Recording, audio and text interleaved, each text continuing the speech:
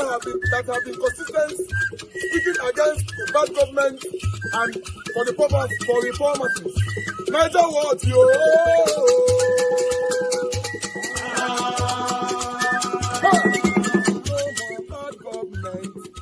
No more bad government. Niger what? No more bad government. Niger what? No more bad government. The only media that have been speaking. No more bad government. The voice of the voiceless. No more bad government.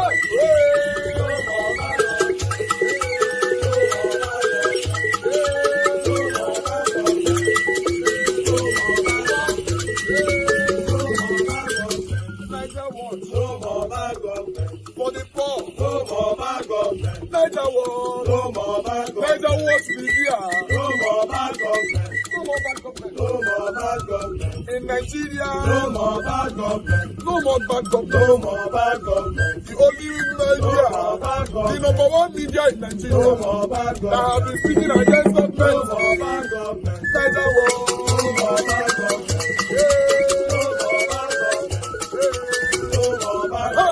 Niger what you? The voice of the voiceless. The voice of the voiceless.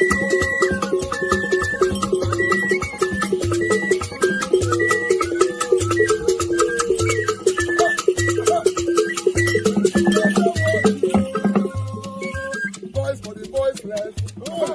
Voice for the voiceless. Niger what? Voice for the voiceless. Niger watch media. The only media that have been speaking against bad government. Being consistency since 1944. Voice for the voiceless. Voice for the voiceless. Umuwame. Voice for the voiceless. Umuwame. Voice for the voiceless. Voice for the voiceless. Voice for the voiceless. Voice for the voiceless. Voice for the voiceless. Voice for the voiceless. Niger watch you. We have been seeing all you guys have been doing, and we recommending to everyone in Nigeria, saying that you guys are the number one. Niger watch you.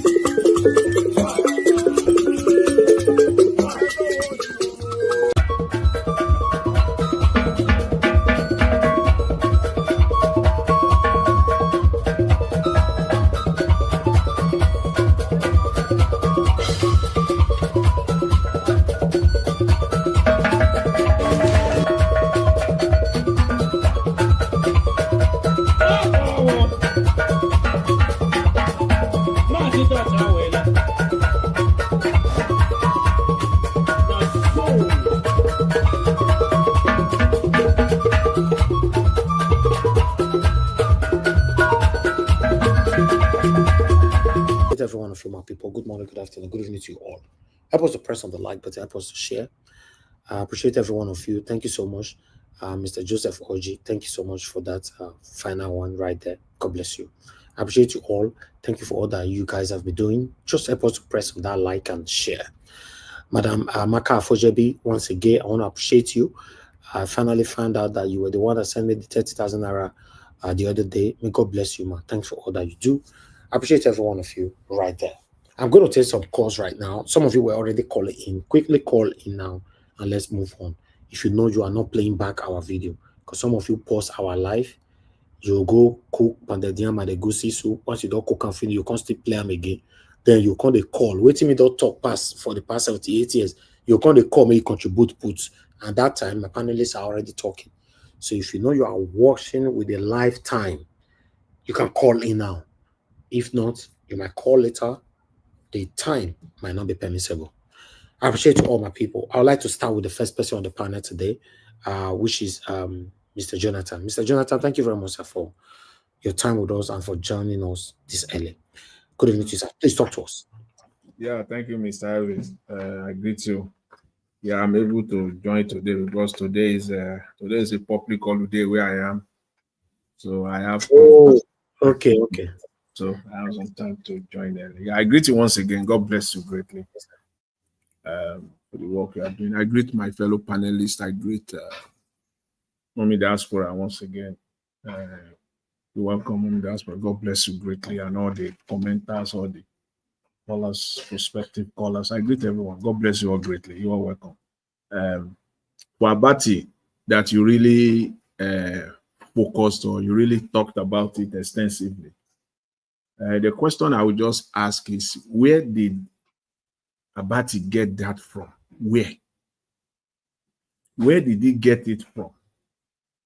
Civil war has not ended in Nigeria. Meaning what? Meaning what? So let's dwell on that briefly. Meaning what? Meaning that's a serious question. He was the interviewer. I wish someone would just ask him, what do you mean? To really get into his mind. But since we never had that opportunity to get into his brain, meaning what? Civil war is still going on in Nigeria. And listening to him all through, we can pick some few things. This is a man here trying to set up a situation that there is still war going on between the Northerners and the Igbos in Nigeria as of today. In other words, sending message to the Northerners that the Igbos are not the people you can work with. Mr. Peter Obi is not the man that you can work with. Saying you do not need 4 years is not, saying 4 years is a sign that you want to do 4 year one term. It's a sign of desperation. Abati, 4 year one time is not a sign of desperation. It is never a sign of desperation. Eating or serving people is also not a sign of desperation. It's still, what do you mean? Exactly. It is either for this very one, you don't know what we are talking about, which I believe it is. You do not know what we are talking about. When a man is acting like this or talking like this, it is not criticism. Please, just get it straight. This is not criticism. This is not taking opposite position on a particular issue. This is pure disgust toward a man. It's pure disgust. This is so poisonous. Having a poisonous mind toward a man.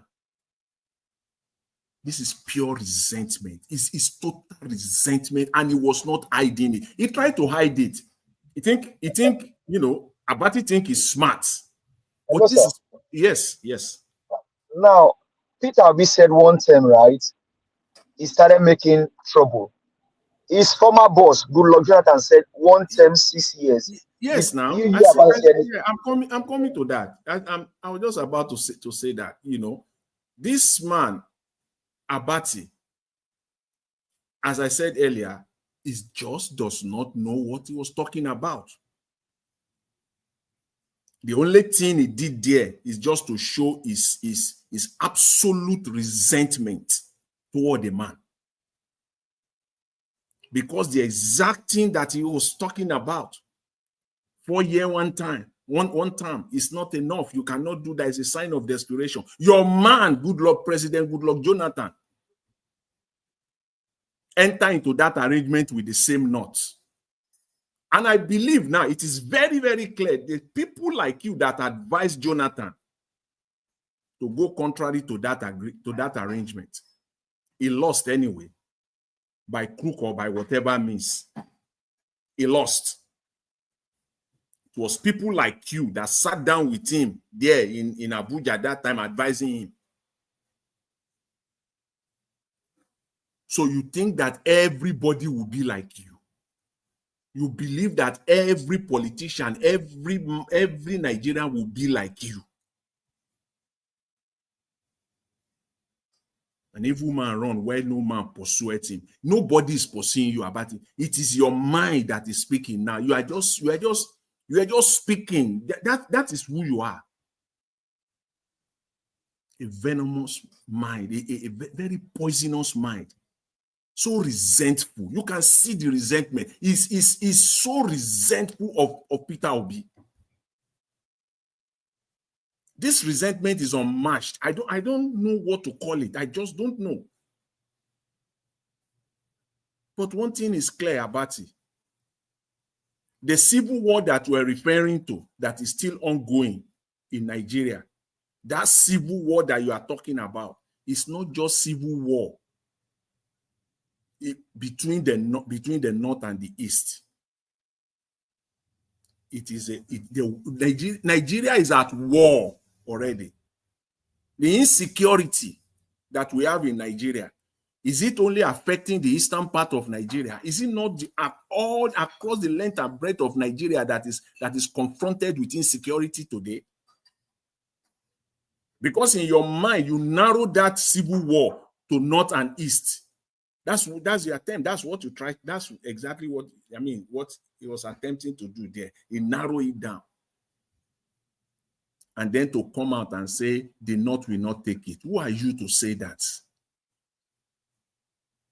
And finally on this, let's just tell someone like Abati, who is educated enough, with all his background, educational background, he's also a teacher, or was a teacher. I don't know which one. But you are educated enough, Abati, to know that 2 years alone is enough to set a nation on the right path. Two. Forget about 4. 2 alone is enough to set a nation on the right path. You don't need 4. It is only crooked minds, corrupt minds, and those that have corrupt tendencies. Those are the ones that will be seeking 8 years, 10 years, given the opportunity. They want to stay there for the rest of their lives before they think they can do something tangible. You don't need 2 years is enough to set a nation on the right path. Forget about 4.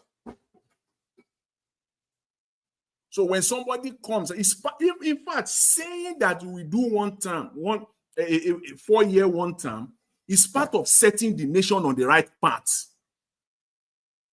I believe it is, in fact, the first step of setting the nation on the right path. That is the major bridge to cross, first of all. Because if somebody comes up and said that is what he's going to do, and he ended up doing that, you have set a standard.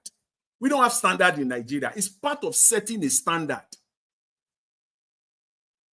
Part of it is that it is no longer a do or die affair. Part of it is that I don't have to be here for the rest of my life. Part of it is that I'm going to take responsibility. If things are not working, I'm ready to step aside or take a bow and leave. That is setting a standard, first of all.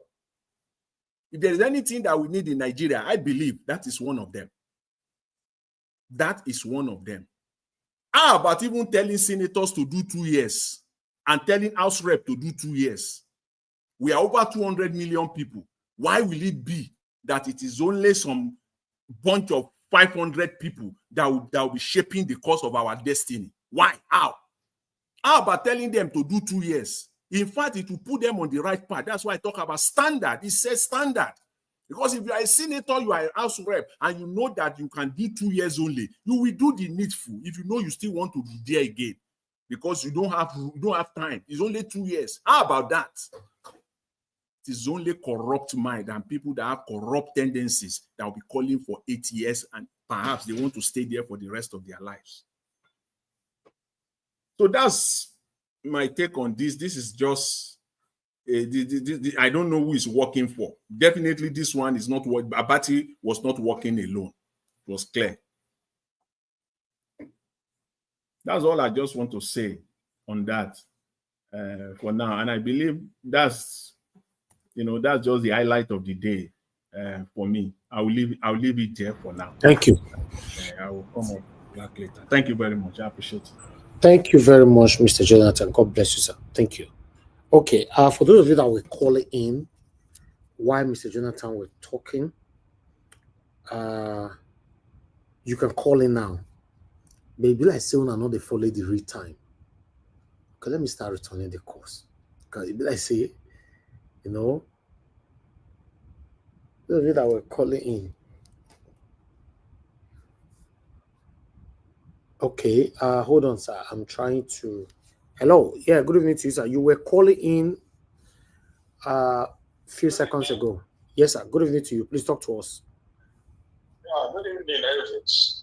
Yes, sir. Good evening, Mama, Mommy, Diaspora, and every other person, those in the panel and those in the comment box. Ifeanyi Anako is my name. I'm calling from Enugu, Nigeria. Thank you, sir. It's unfortunate that Abati is speaking like this. Anyway, I'm not surprised because ever since, if you have been watching his body language all over, you will know that Abati has never loved P2B. He never liked him, not love, because he never even liked him. He's always trying to say things to disparage him. And that is what, well, I don't know what he wants to achieve by telling the Northerners that the war has not even ended. The war has ended, Igbos has moved on, and he's now reminding the Northerners that the war is still there. What is he about to achieve? What he wants to achieve is what? Just because he hated the man Peter Obi. Okay. But unfortunately, Peter's character is ahead of all of them. Just as Jonathan was speaking, he mentioned about Abati. Probably Abati was the person that even advised Jonathan not to agree to the 110 he agreed to stay. So most of these things we need to understand where things are going. You know, when we are talking of this ethnicity and all the rest of them, Abati is trying to campaign for Tinubu. That's all, nothing else. Just because they are from the same area, how can? And this Southeastern. What stops a Southeastern? Are we not part of Nigeria? Let's leave everything and let the voters decide. If the voters decide that they want the Northerner to continue or they want the Westerner to continue, so be it. All we need is a credible election in this country. That's all we are asking for. We are not asking for any other thing than a credible election. If anybody loses, if Peter Obi loses in a credible election, I don't care. But unfortunately, Abati has continued to sell this false narrative to people. I don't even know how a media man will be in the studio and be disparaging somebody unnecessarily.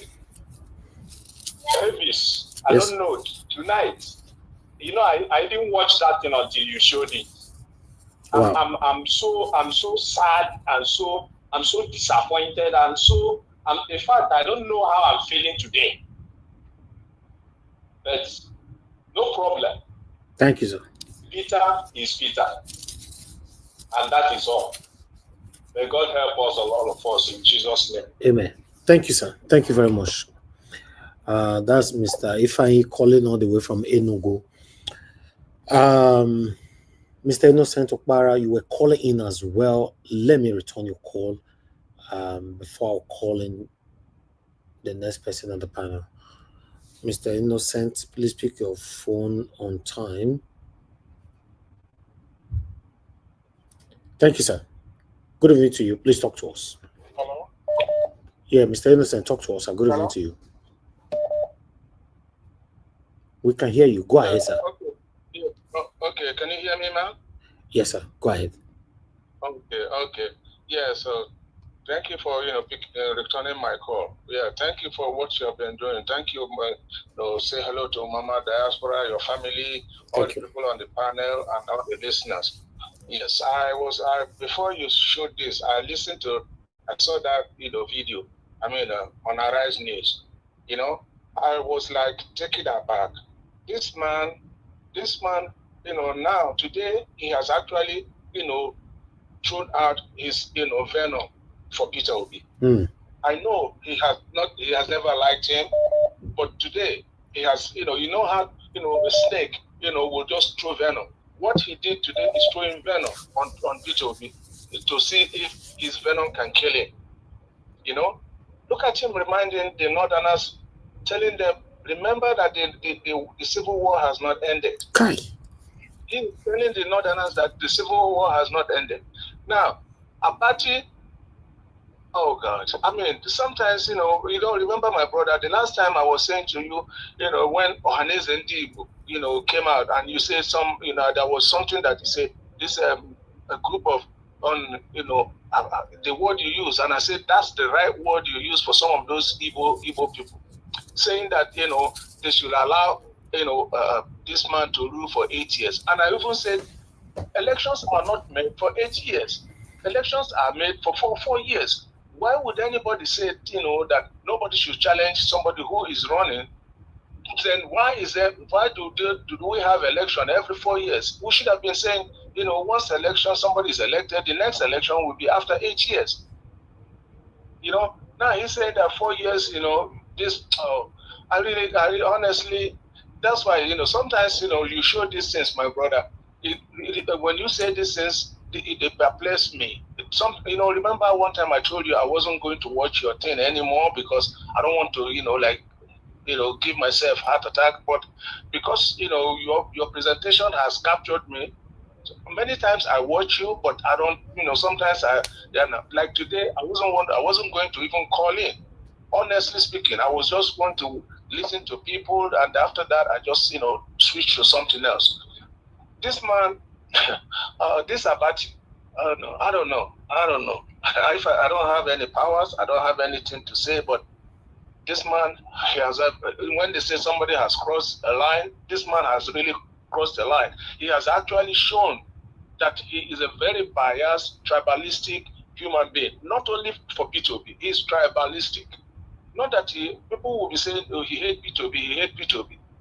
He's not. He hates the Igbos. Look at that this way now. He hates the Igbos. That's all. Nobody can change it and say, oh, he's only directing this to P2B. How can you say that the Northerners will not allow the Igbos? P2B, because P2B is from the Igbo land. Now, so is P2B running on behalf of the Igbos? That's the only people that he wants to take care of. My brother, I don't want to go. Let me leave this thing like this. I'm really so emotional. I don't know. Let me leave this thing. Thank you very much, my brother. Thank you. May God continue to bless you. I will continue to watch you. I will continue to listen to you. But emotional, no, I don't know. Thank you very much. Okay, thank you, sir. Thank you very much. I appreciate you. Okay, someone else were calling in. Please, guys, bear with me. Let me quickly return this call. Someone else was just calling.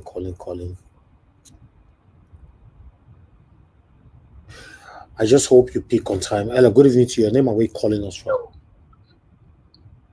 Hello, good evening. Yes, sir. Good evening to you. What's your name? CEO speaking. Good evening. Okay, thank you, sir. Go ahead, talk to us. Yeah. Mr. Najo, I watched this Mr. Ruben Abati. I watched it a couple of times.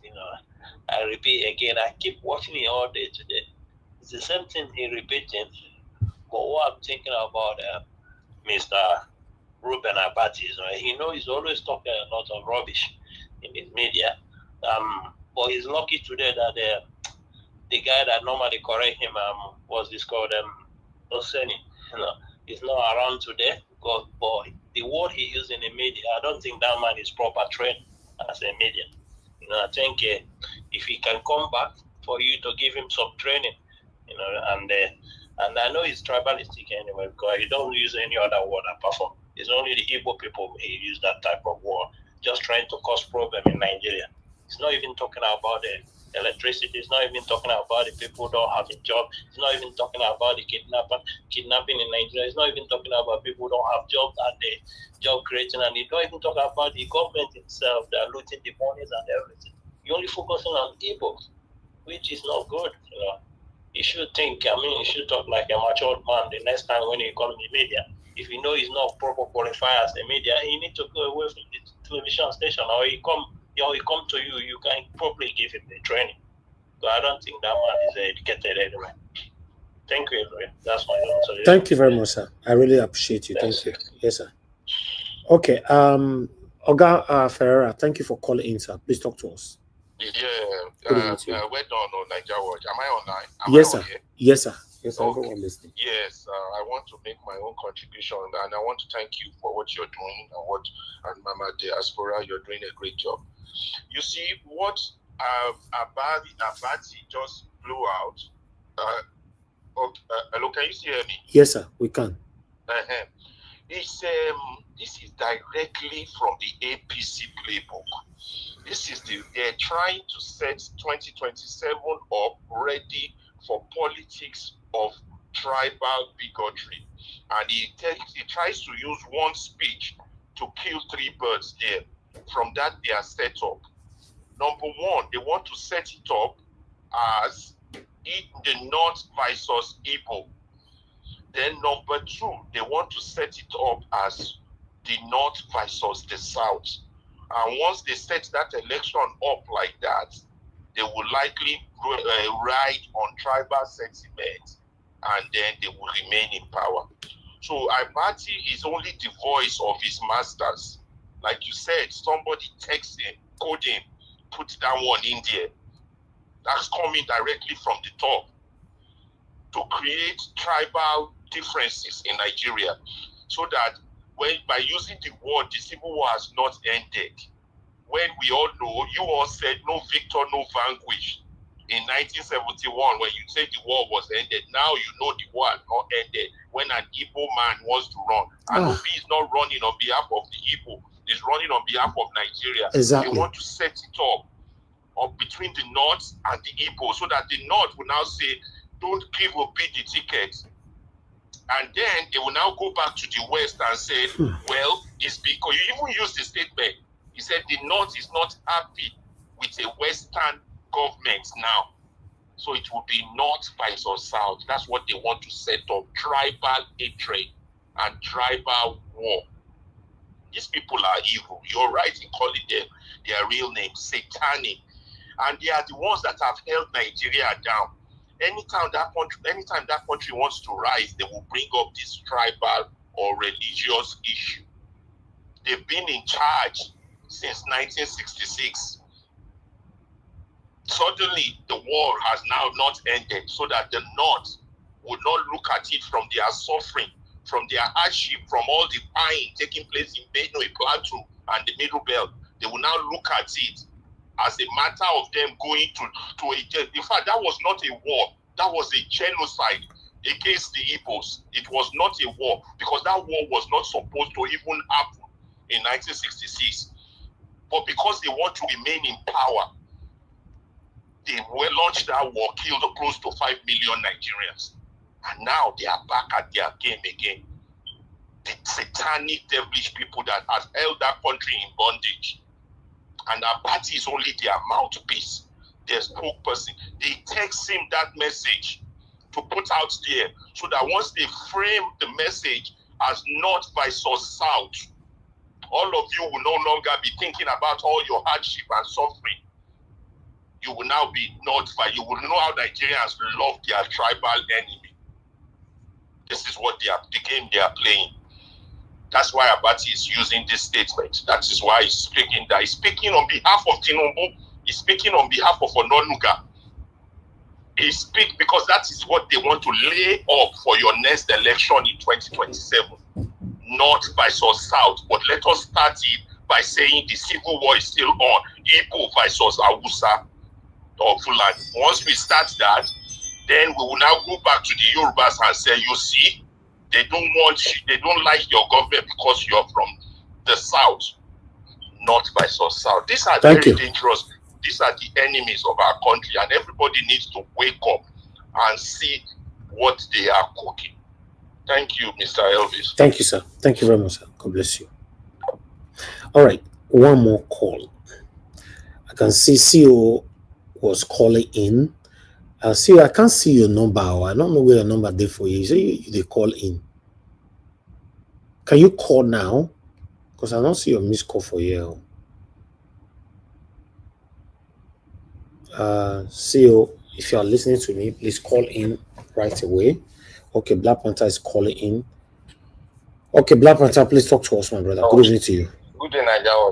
Yes, sir. Thank you for. I have not been myself because of that fundamental statement he has made earlier this morning.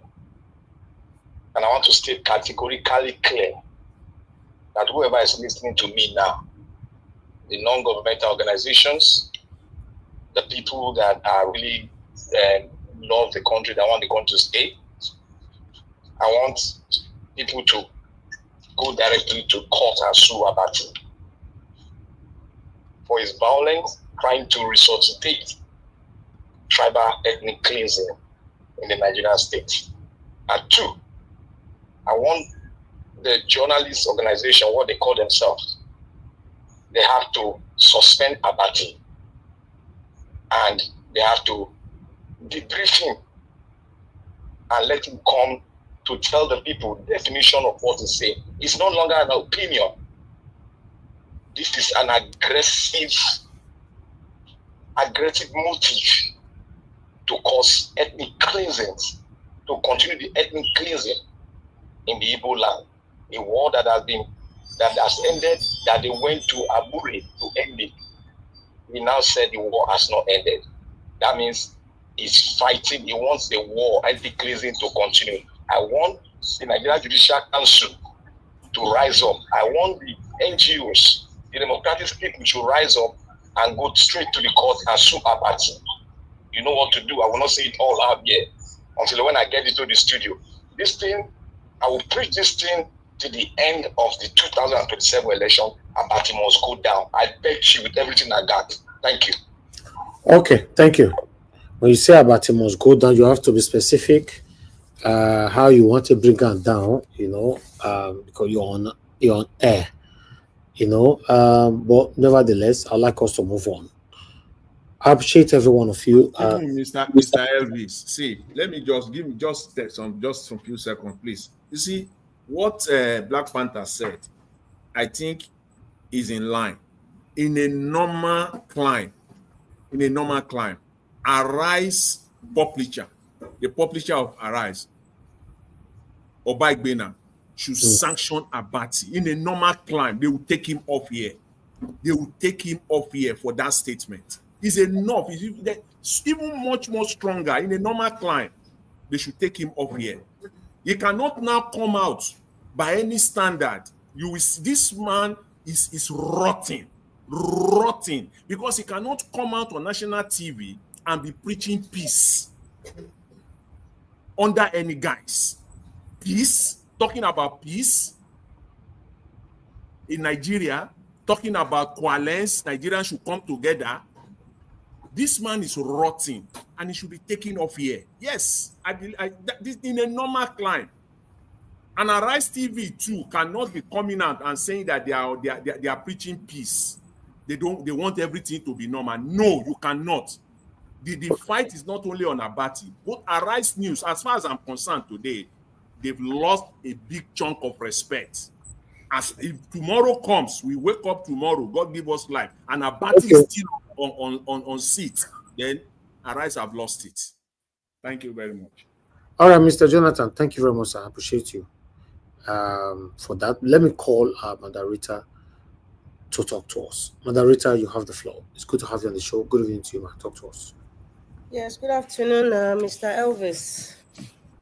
I'm not just very excited. Normally I'll say good afternoon, Mr. Elvis. I'm not for that today. My lovely mommy diaspora, I love you very much. Lamehi, and greetings to Mr. Jonathan, Mama H.O., my brother give us our mandate. My brother Abdul Malik, Sir Louis, been a while. And Mr. Odua. Okay, Mr. Elvis, I don't know whether to start with the video of Isaac Fayoshe or let's just go down to this Abati issue. The expression on the two anchors, the female anchors, it tells you that this is my interpretation, not again. That was interpretation like, oh my God, this guy has come again. You know, in fact, it looked like they're kind of fed up with his rhetoric and his hatred for not just the Igbos, I would say even for Peter Obi as a person, not even a politician now, as a person. It's disgusting. And like Black Panther said, he should be suspended. Abati should be suspended. The DSS should call him and to tell the world what he means by the war has not ended. I have my own interpretation of the statements that he made. God bless you for that, man. God bless you, man. And, you know, there's something that he said. He said the North will not buy into this one term. Mr. Elvis, I don't remember a couple of days ago, I told you when I was talking about ownership of the political parties that we see today. I said, when we get to the brim, that's 2027 election, even 2026, towards the end of 2026, the likes of the midget from Kaduna, the likes of what's this other northern? In fact, the elites. Let me just call the northern elites. They will bring back this issue of we do not trust a man that says he's going to spend 4 years because they believe.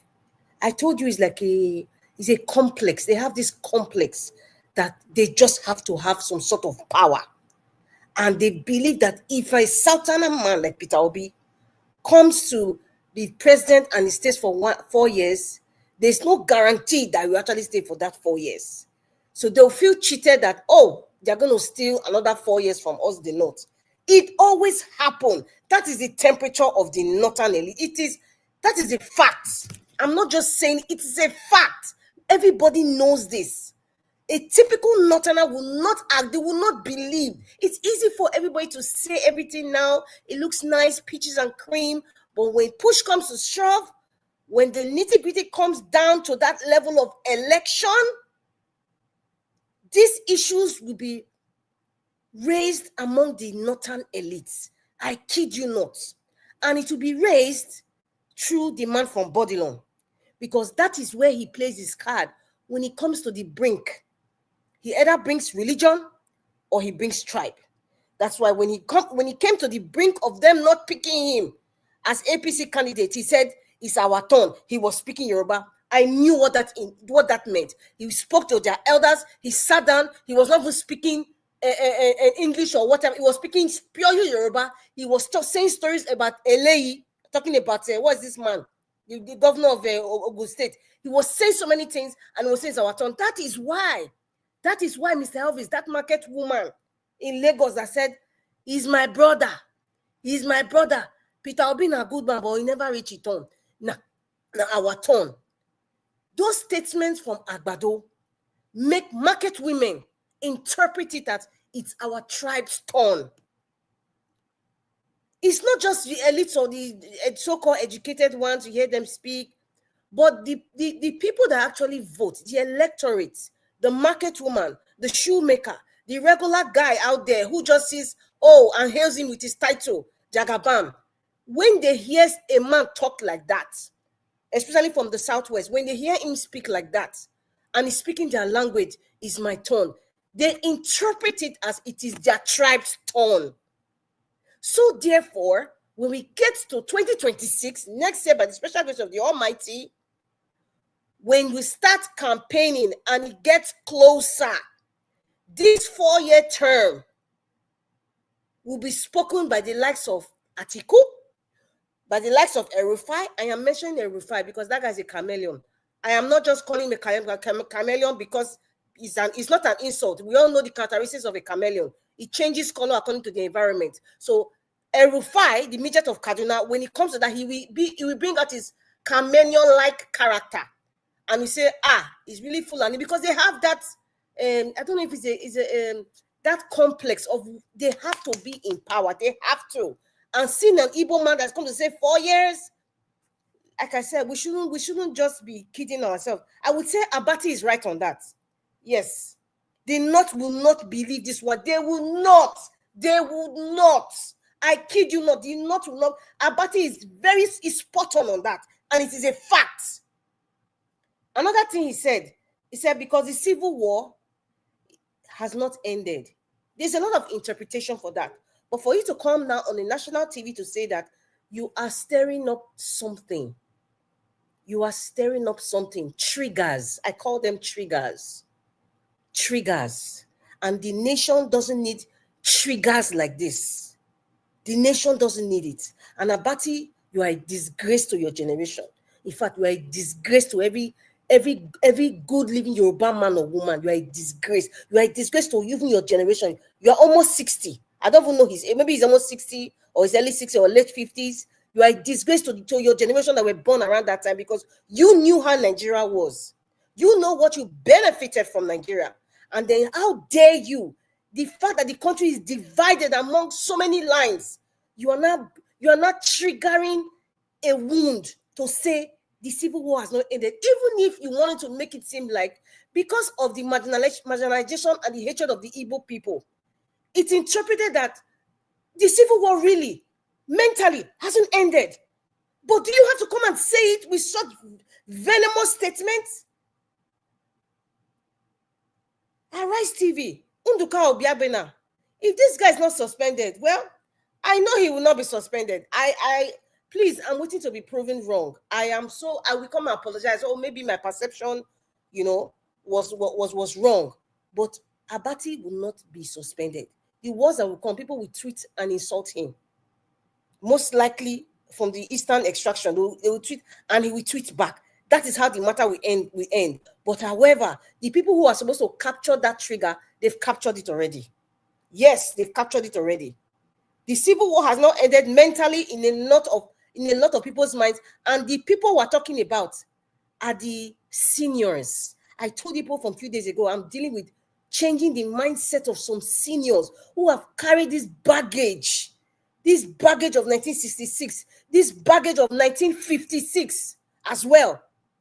They've carried this baggage, dragged us into it, soaked us into it. Many of us, even my generation, are soaked into this ideology. They just can't let go. That umbilical cord is just still attached. They can't let go because the seniors of this generation are still bathing people in that venomous spirit of division, that venomous spirit of tribalism. It is there. That is our reality today, my people. That is our reality. And someone like Abati now is now colluding with seniors like Agbado, further poisoning the country, bringing triggers. Tomorrow we hear somebody mention Amadou Bello that was murdered. Yes, because it will not. Do you know why there's no healing? Do you know why it will never let go? Because Nigeria is not a country, as Black Panther said. It will never go away because there's no healing. We haven't sat down to even talk about 5 million Igbo people that were murdered. They haven't talked about it. It can never go away until there's healing. It can't go away. Let us not kid ourselves. But the fact that it shouldn't be coming from the likes of Abati, and the way he put it, it's so divisive. It's like you are dividing the nation. You are deliberately spewing a trigger that would further make Peter Obi not a credible candidate for the northern elite and even the eyes of the regular northerners that were supporting Peter Obi. That is the work. All this Agbado is part of it. And in terms of party, in terms of political party, the platform for Peter Obi is the major issue. That's what that other anchor said. And it's so true. I said it. I said I have a feeling ADC belongs to Atiku. Many of the political parties that you see, they belong to many of these elites. They register those parties as insurance for today.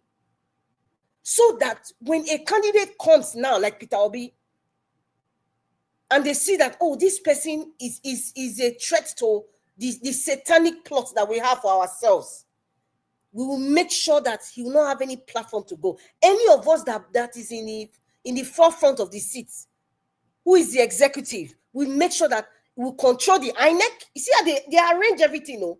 So INEC will give excuses why they cannot register another party. That's what is going on. That is what is going on. They say heavy is the head that wears the crown, Shakespeare. I don't know how Peter Obi is carrying, how is the heaviness of his head, what is really going on right now, because PDP is a trap. The Labour Party has been hijacked. Yes. So where will he go to? Is it ADC that is owned by Atiku? That is my own assumption. Oh. Don't. That is my own assumption. ADC is owned by Atiku. Many of these people some of them are even unseen. They're not even in the political space. They own most of these political parties. When I look at Raf Uwonsu, that registered the party in 2008 or 2006, when he registered ADC, you can only see in his Wikipedia page, you can only see that, he went to school in the US, he has his doctorate in the US, it ends there. For you to register a political party, it takes a lot. How is it that it is named Rafu Wonsu that is the forefront of ADC? Have you asked yourself? And that applies to so many political parties. I say it's only the Labour Party. Labour Party, I can even say ABGA, because when Ojukwu was elected, everybody knows Ojukwu is the one that created that party.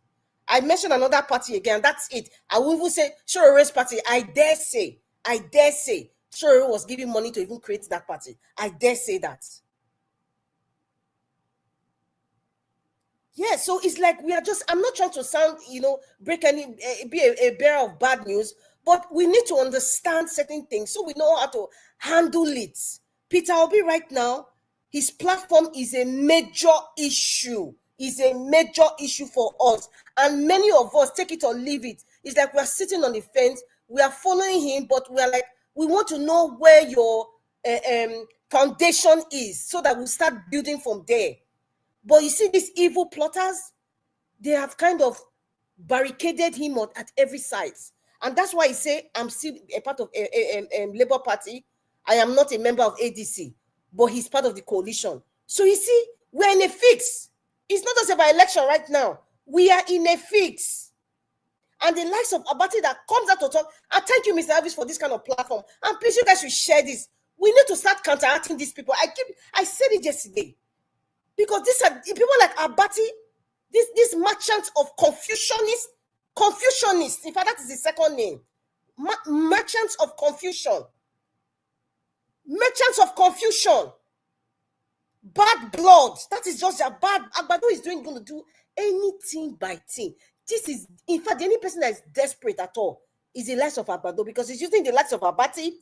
I will even say Unduka Obiabena, because you are seeing things that are not supposed to be said with the way the country is right now. The country is so sensitive. And someone like Abati will come and talk about the civil war has not ended. Who are you trying to trigger? What are you trying to do? I don't know why Rufai was not in this. I just don't know why Rufai was not in this panel. Perhaps I don't even know what Rufai would have said. But at least we need to see that you don't say this kind of thing in the way the country is right now, because we're talking about unity. But somebody is trying to remind us of the painful past that we're trying to get over. These old cargoes, these ancient of days, they have carried it like cement on their head to continually poison this generation from what happened in 56 and 66. They don't want to let go, and that's why we are in this mess. But when their children are getting married, they don't talk about a civil war. Yes, let's say former Ogun State governor, Oyo State governor Ajimobi's son. Who did he marry? Ganjuje's daughter, North and West. Nobody talked about 1966. So even Agbado's son, he married an Igbo girl. But that's his half caste or half. She has Igbo. They didn't talk about. They didn't talk about 66. So they didn't talk about that. But when it comes to getting political position, they bring useless people like Abati to talk about the war has not ended. What's the meaning of that? He should be suspended. He should be suspended. And he talk about competency, integrity. Like, man, Mr. Elvis, let me just stop now because I'm already getting irritated. I will start saying things that this channel does not approve. I'm just going to stop there. Thank you very much. All right, Moderator, thank you very much for your submission. I appreciate you. Only one part I would like to respond to. Every other thing you've done well. Apart from the area you said, the woman in Lagos who were saying that Peter Obi is not my brother, but he's a good man. It's not his time yet. No, not say to talk. The woman said, I cannot vote for Peter Obi. Peter Obi is not my brother. I cannot vote for Atiku. Atiku is not my brother. I can only vote for my brother, which is Tinubu. And later on, about a month later or so, I'll be 2-3 months later, the same woman were not crying that hunger won't finish him. We can't still plan for a year. So you're not to say Peter Obi was a good man. She was 100% tribalistic. That particular woman. That was the only thing. Apart from that, thank you very much, man. I appreciate you. I wish you can play those videos again so that we can be reminding people. This is what you said in 2023. Should be reminding them. We can compile them. Yes, why not? We can compile them and bring it for people again to remind them. Thank you very much, Oscar Blackburn. Thanks for the super chat. God bless you. You said when the field of journalism become infested with paid corrupt journalists with tribal bigotry, then it has lost its saltiness. You're right. I agree with you. I appreciate you. Thank you very much, everyone, right there. I would like us to move on so that others can talk to us. We have Mama H.O. with us. Mama H.O., thank you very much, man. Good evening to you, man. Talk to us. All right. Greetings, beloved Elvis. Greetings, Mommy Diaspora. Greetings, everyone in the panelists. Greetings, the listener. Greetings, the viewers. And the comment and those who will listen later. I want to first of all respond to my beloved sister, Rita. I know you despise your rest so much. I will appreciate you don't bring it up this way anymore. Mama, I don't Wait, despise let me be done. Let me be done. I Let me be criticize him. Please, Not hello, let me be done. Go ahead. The same thing you accused Showore of talking about Mr. Obi. Same thing you are doing. There's no difference. Showore and those following him, they are my children. I love them the way they are. Those following Obi, they are my children. I love them the way they are. Those following Atiku, they are my children. I love them the way they are. And those following my senior boyfriend, they are my children. But the one following Atiku and my senior boyfriend, for the fact that they have missed road, does not mean I shouldn't fight for them. You understand me? And I will appreciate. Because when you speak of him like this, you break my spirit mind of trying to unite and fight for my children to fulfill destiny and take their rightful place. All right, having said that, you see, to all the elders, all the mummies, all the uncles and all the aunties, and all the grandpa and grandma that has benefited from Nigeria, that were born when Naira was bigger than pounds. When it was bigger than dollar, when it was bigger than euro. All of you that benefited from it. All of you that benefited from scholarship. All of you that benefited from free education. All of you that traveled to UK, get education, and before you came back, a job is ready for you, a house is ready for you, a car is ready for you. Even gardeners and cook are ready for some of you. But you have vowed that you will continue to tell my children lie by speaking from both sides of your mouth. You will buy and you will never rest in peace because you are wicked. And the Bible says There shall be the wicked shall never go unpunished. All of you will not go unpunished.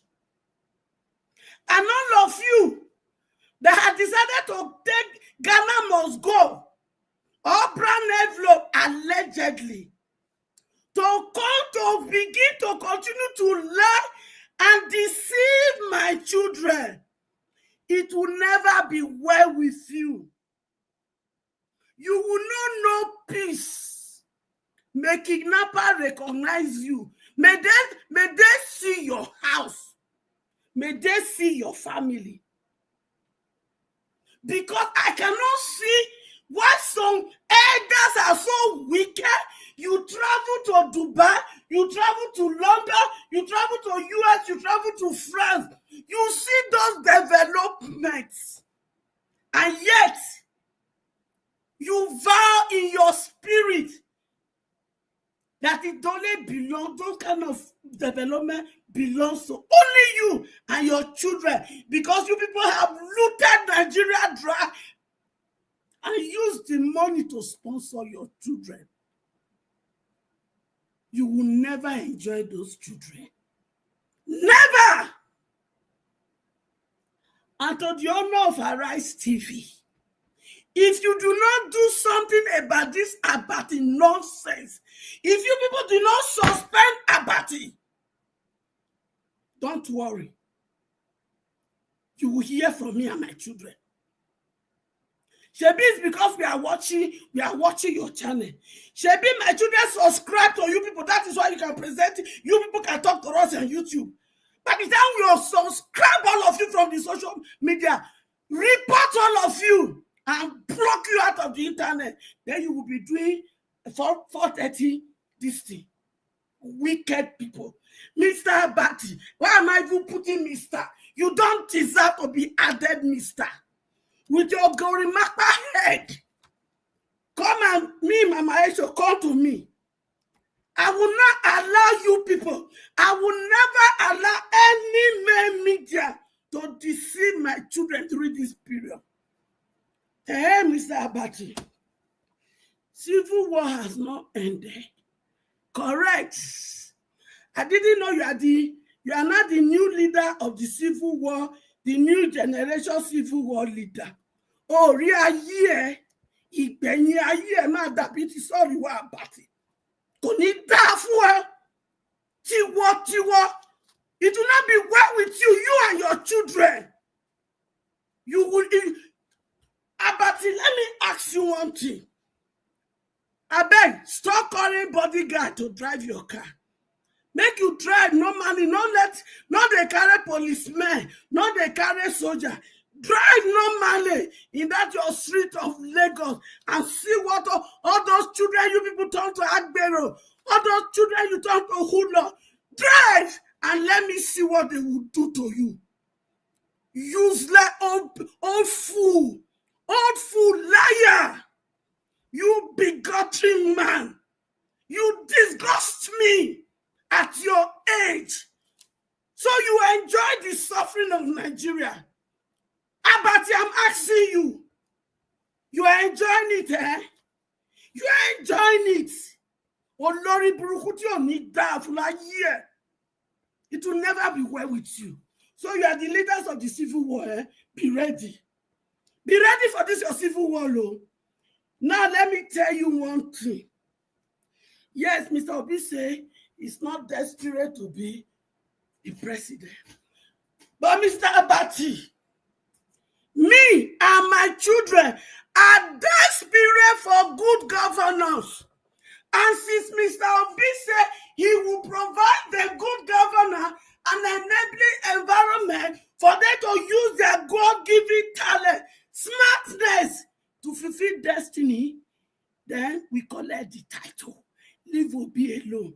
Me and my children, we are desperate. Useless old fool. You talk, say, what be the nonsense when you talk again? Mr. Abati, if you like, consume your corner, say I deform you. Me too, I go sue you because It's your resentment. Your resentment against Obi is also a deformation. Your resentment against the Igbo is also a deformation. You are so useless. But you see, history has record. Internet, do not forget. Don't worry, we go bring children. Make una go look for your old video. During the time of Jonathan, hypocrites like you, bloody liar like you, deceiver, arise. You must look into this Abati matter. If you are not looking into Abati matter, me and my children go look into Abati matter. Because you people go collect money, una go dey deceive. Una not dey tire. The way Nigeria be so.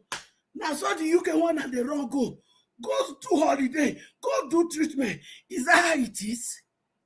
Is that how Ghana is? Now your children the wrong go Ghana. Look at South Africa. Una know the shame to buy 30 years ago. Dubai come beg una money. Let they debut Dubai. Una say una not get. 30 years later, about you and your people, una they go Dubai. When they don't use good governor, they build. Una they go do holiday. Una they go do carnival. Oloshu lori buruku. Ojo tieni. Shame! Abati. Shame. Children, it is all about your destiny. It is all about your future. It is all about your today. You people own that country because they say that in every nation, the human capital of every nation is the wealth of the nation. Your population is the human capital of Nigeria. So you are the wealth of Nigeria. But All they right. have refused you to become the wealth. Therefore, it is time you take your rightful place. And Thank you, Mama Yesho. I am behind you people. Okay, Mama Yesho, thank you very much for that passionate and vibrating submission. I understand that even some words that you use is not allowed on this platform, but I understand the situation right now. That's why I did not stop you. We have a disclaimer here, so we can cover some things, but still, yeah, I understand you can't push people to the wall, or rather beat people and tell them how to cry. So I'd like us to move on. Let's hear from other panelists. It's a pathetic broadcast, so let's take it the way it is. Thank you very much once again, Mama Isho. I appreciate you all right there. Do your power, press on the like button. Kizogera here. Thank you very much, sir, for the coffee. God bless you. I'm very, very grateful. Guys, help us to press on the like button right there and help us to share. If you can't, press on the dollar sign. I encourage what we do here. I'd like to call on Give Us a Mandate if you are there. If you're not there, I'm just moving on straight. On the side, they wait for 1 second. Okay, Abdul Malik, it's good to have you on the show, sir. Please talk to us. Good evening to you. Good evening, Mr. Nigeria Watch. Thank you, sir. You have the floor. Good evening, good evening, Nigeria. About the issue is very difficult. It's like those people, I don't really understand the way they coordinate themselves on air. If really this Arise man, the owner of the Arise TV, if they don't take action against what this guy said, I don't know what I will say anymore. Because the what about to say just like is finding something like anarchy in the country. I've never seen where they are fighting civil war. No. Civil war has ended for how many years? But look at what they said. The civil war has never ended. Where are we fighting civil war anymore? The only civil war is known now we are fighting in Nigeria is Boko Haram. Bandit, they are disturbing people in the farm. They don't allow people to go to farm. Those are the only civil war I know now is happening in Nigeria. And it measures one thing that if somebody came to you that is telling you that he will rule for only one term, which is 4 years. It's like deceiving. No, it's not deceive. If I may ask, the 8 years is not automatically elected, right? After your 4 years, you will contest. After contest, if you do not win, is it not 4 years? You will not go to 8 years now. After 4 years, we contest, right? After contest, if you are not re-elected, you will drop out. But I don't understand the way they are reasoning in that country.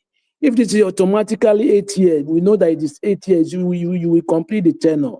But it's not like that. After 4 years, you will contest. If you are not re-elected, you will drop out. You will be only 4 years. Why is it different? What Mr. Obi says is right. It's only, you say we only rule for 4 years, right? It's very right. It's simple something, simple English. It's not even big English. Just like example, last Donald Trump regime, right? When he contested 2017 to 2021, when he go again, he was drop out. It was not complete 8 years. That is how it is. But Joe Biden, he complete his 8 years. It's like that. It's not automatically 8 years. But the way they just misquote English, I don't really understand them. It's not everything we play politics. There is something you don't even play politics on it. We are not at civil war anymore. But why do you say something like this? Which civil war? How many years back civil war have ended? But you see, civil war have never ended. Why? Thank God, Nigeria, but most of them now, they have wives. They know something. It's not as before. Yes. Majority of people now, they know what they are doing in the country. It's not as before that they used to deceive the people in the country, but it's the only gullible one that they can deceive now. Like the one that they are local truth. All those betrayers, understand, the psychophant. Those ones that can be able, they can be easily to bought. Those ones that can deceive such people like that too. But majority of the people, they cannot deceive them anymore. What APC can provide, there is nothing good. Rather to destroy the country more and more. Look at what Dino Milia said last time. He said, okay, if APC, they say that, okay, they are doing well. Let them buy new APC car. They drive it from Kaduna to Kano and see what will happen. It is true. Nobody like them in the country. Look at what they are doing there in the Kano. They are billboard, they are bringing them down in the Kano right now. We see everything. That is, you know why they are after Peter Obi? Because they know majority of people in Nigeria, they back up Peter Obi. That is the reason why they are after this man. That is just, they want to make sure all means to bring it down so that we not contest for 2027. That is what they are doing now. All those about the time, you will see more of them before that coming time. You will see more of them before 2027. You see many more of them like this. It is good for you not to pronounce where we run for. Yes, it's good. Because you don't tell your enemy your secret. When you tell your enemy your secret, it will hold you that way. Yes, it is good for you for now because we see how far away. 1 year, so how many months? Like 1 year and almost 9 months remaining to vote. It's not letting announce it now where we run for. No. For me, it's better that way. By next year, can announce where we run for. Yeah, it's good. You don't tell your enemy your secret. When you tell your enemy your secret, we will get you from that way. That is just it. But they need to question this man because in the Nigeria we are today, you can do anything you get away for it because of the government. They are the one that engineering those people. Look at what is happening in Lagos, Peter Obi brothers' property. Who does that? I imagine a country. A country that there is no law. What type of country is that? After you are telling me somebody is demarketing you, are you not the one demarketing yourself? You went somebody's land. You are building fence on the land without no permission from the government. It's very clear. The government, the Lagos State government, their hand is on it. It's clear. But my problem is it. These people, they know those people, they are building down fence in a weekend.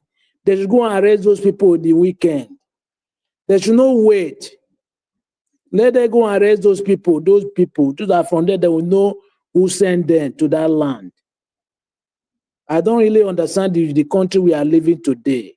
Everything is just scattered. There is nothing good. Everything is scattered. Everybody is fighting for your own pocket. How can we move forward that way? My own. It is not good that way. We cannot go anywhere. Let's leave the past and fight for the future. That is where we will move on. Without that, we cannot move to anywhere in that country. Thank you very much, Mr. Nigeria Watch. All right. Thank you very much. Thank you, my brother. I appreciate you. Abdul Malik. God bless you. Thank you. Okay, but I would like us to move on to the next person so that we can quickly see how we can go on our final submission. Sir Louis, it's good to have you on the show. Oh, we have two Naija with us today. I nearly forgot. Okay, Sir Louis, please talk to us, sir. Good evening to you. Sir Louis, we can't hear you. I think that's the audio. I'll move on to the next person. Sort yourself out, sir. Mr. Odua, please talk to us, sir. Good evening to you. Good evening, Mr. Najawash. Yes, sir. Thank you very much. Good evening, everyone in the panel. Good evening, Mom in Diaspora. Thank you, ma. God bless you for all you have been doing and what you will still do for us. Thank you. We appreciate, ma. Thank you very much. Good evening, commenters, listeners, and viewers, and the passerby. Thank you all for your time.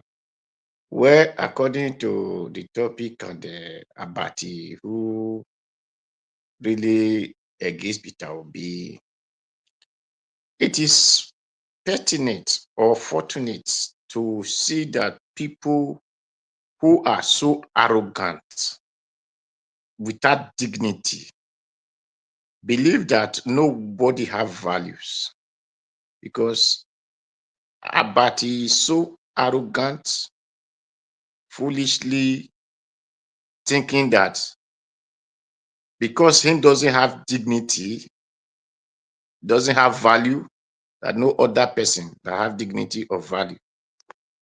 He make a statement that nobody that will enter government and want to lead for 4 years, it must complete 8 years. That shows foolishness of Abati, because the Constitution did not say you must rule 8 years.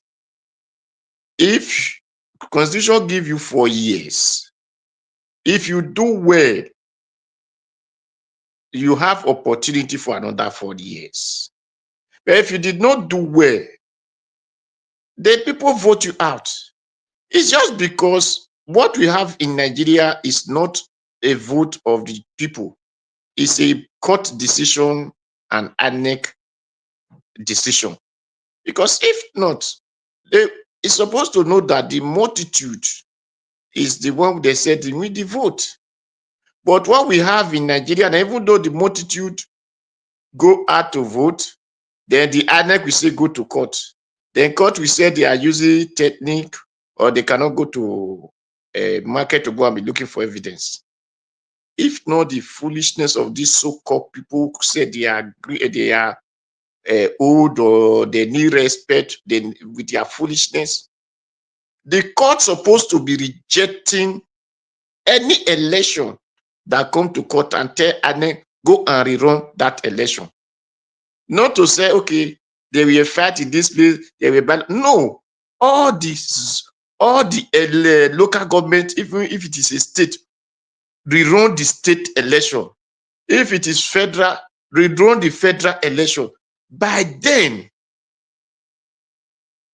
the INEC will have been giving us election the way it's supposed to be. But because his court is doing business with Nigerians, using Nigeria to catch out, then they will tell INEC go and do it anyhow so that they will come to us. Then we cannot decide who we want him to be there.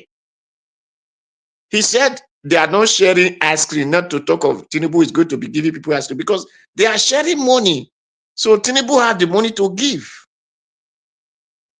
Then, in the other hands, if I were opportune, I will have taken Abati to court to tell us where the civil war is happening in Nigeria. Because the region or the state or the people that is fighting the civil war. Because since I was born, I did not meet civil war. I only heard that civil war exists in Nigeria. So the one about the fund that is happening, then you need to tell us where the civil war is located. But I don't have the power to do it now. I'm not there. I don't have the opportunity. Because Abati have to come and tell Nigerians where the civil war is located. And the group of people that is fighting the civil war, the state they are fighting it, because I know civil war, they fought in Edo State, that it was Bender State, I mean Midwest States. They fight civil war there in Bender State. So the state that Abati know now that is fighting civil war, you need to tell Nigerians. You need to tell the court. You need to tell the law. The people that he know, the state they are, the local government, and the tribe that is fighting it.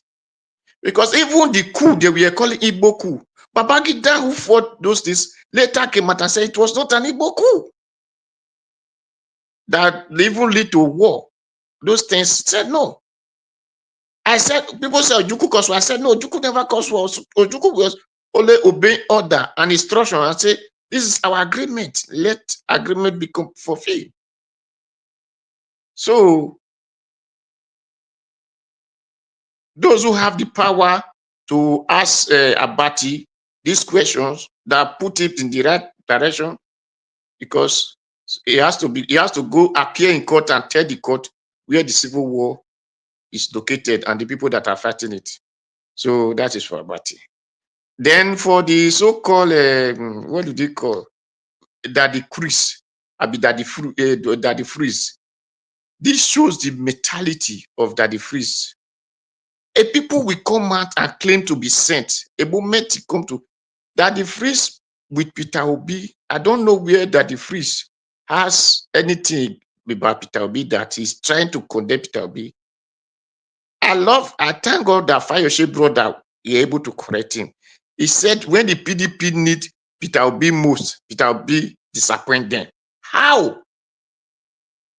Did the PDP go with this zoning rotation that they promised themselves that Peter Obi left? No.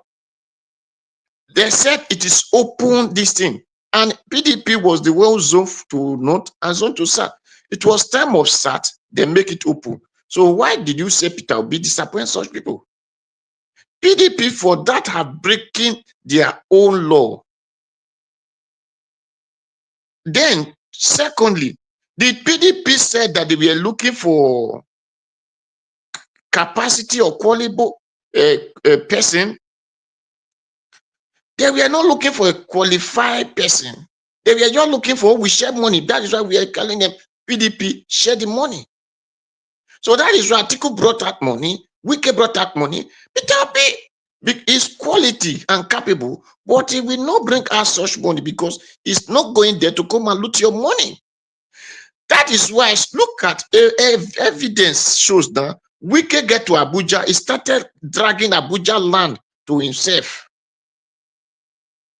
If person like that were not the president, what will have him? What will he? He will have collected the entire Nigeria to become his own property, just like the way Tinubu did in Lagos, and collect the entire Lagos to become his property. While he's still the one controlling Lagos thing today, and Tinubu is not from Lagos. So Peter Obi, because a honest man, a well reputable person, know that no, this is not how life's supposed to go. So he has to quit that party and go to Labour.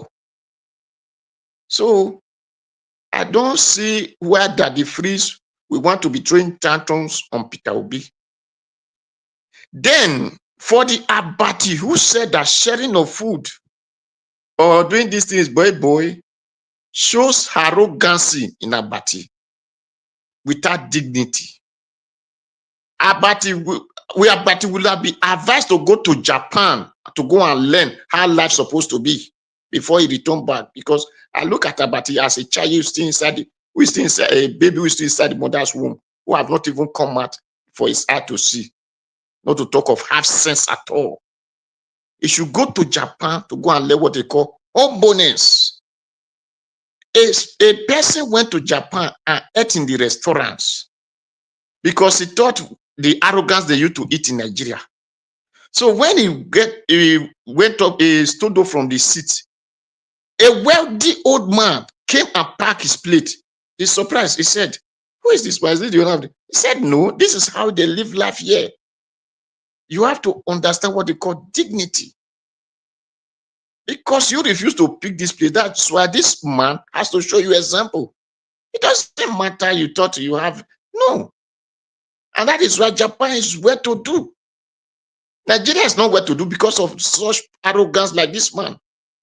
In other hand, he should go to Catholic and learn.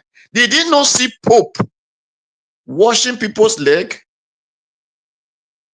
So he should understand what they call life before he come out in public. And Peter Obi is a wedge. It shows how well Catholic Peter Obi is. That shows the real attitude of a well deep Catholic. Humbleness. You don't see yourself above others. Everybody are equal to you. So if all these people who were street boys have opportunity to come and stay in the position, they're acting waywardly, thinking that is how life's supposed to be. They are talking this respect is reciprocal. Respect means reciprocating. So when you did not respect others, how did you expect them to respect you? Did you think we can have respect with all this foolishness, with all this foolishness? But you will never have respect because you are foolish. So when you show respect, others will respect you. You said a northern people will not give heed to 4 years this thing. Northern people will give you everybody that is saying northern people let it get to that time. Did you know that Peter Obi visited Kanu? Go and look at how the Kanu people were happy to see Peter Obi.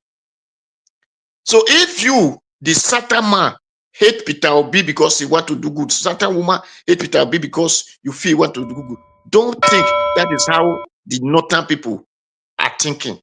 Let him get to that time. Then before you can judge the northern people. Thank you, everybody. Thank you, Mr. Najawash. Thank you very much. All right, Mr. Odua, thank you very much, sir. I appreciate you. Thanks for coming in today to put your voice to this.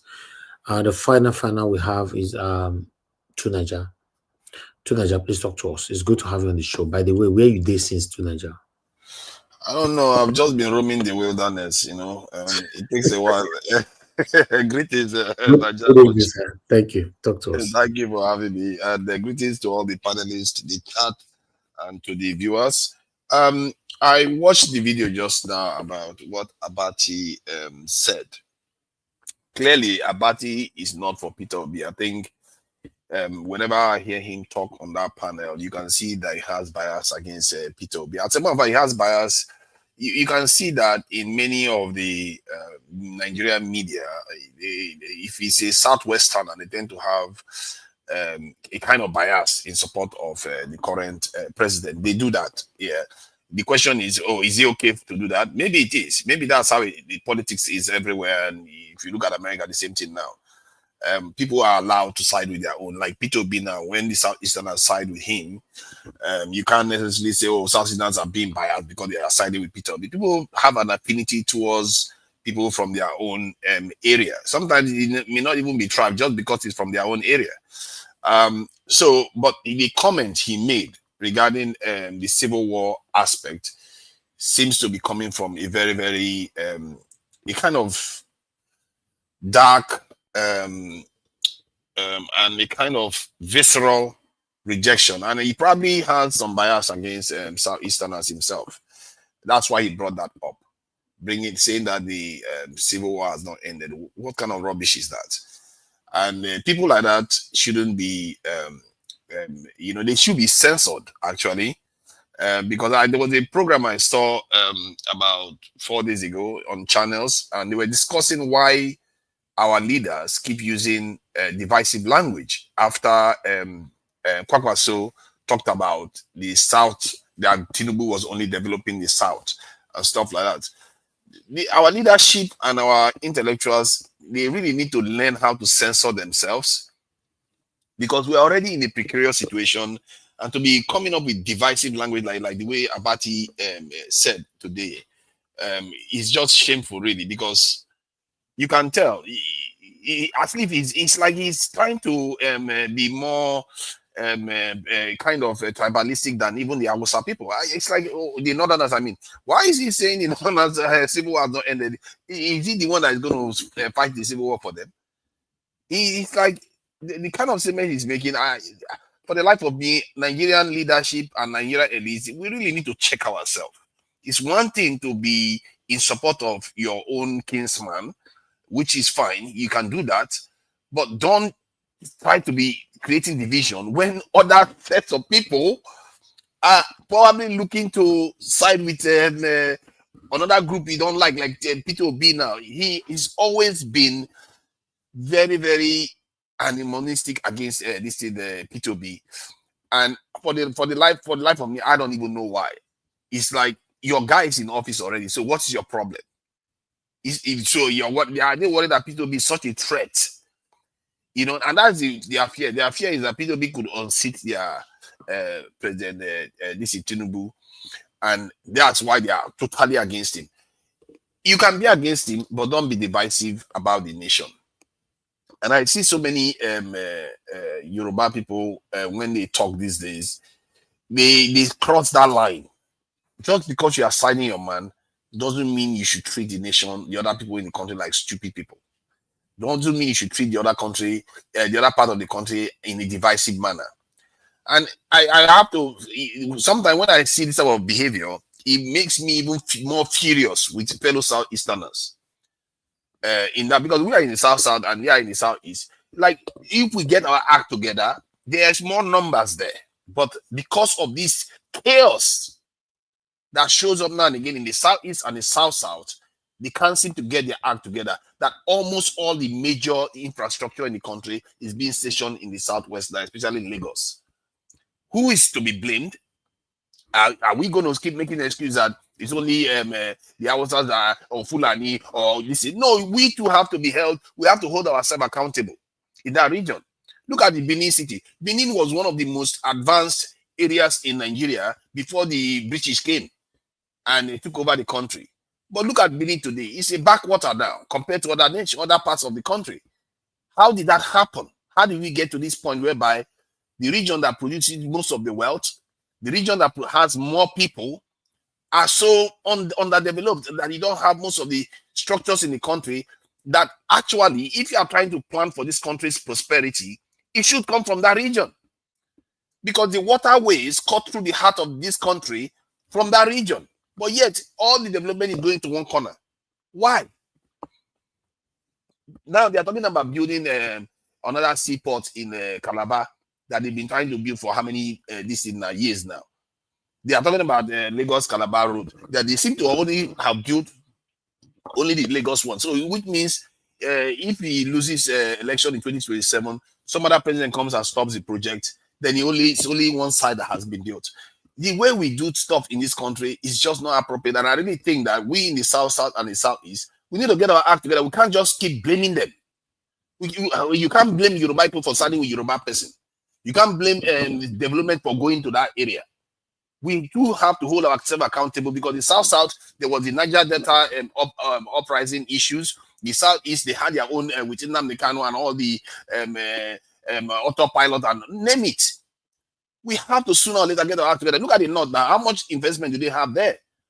They don't have that much. Most of the investment is going to the Southwest, because the Southwest is the most stable part of the country.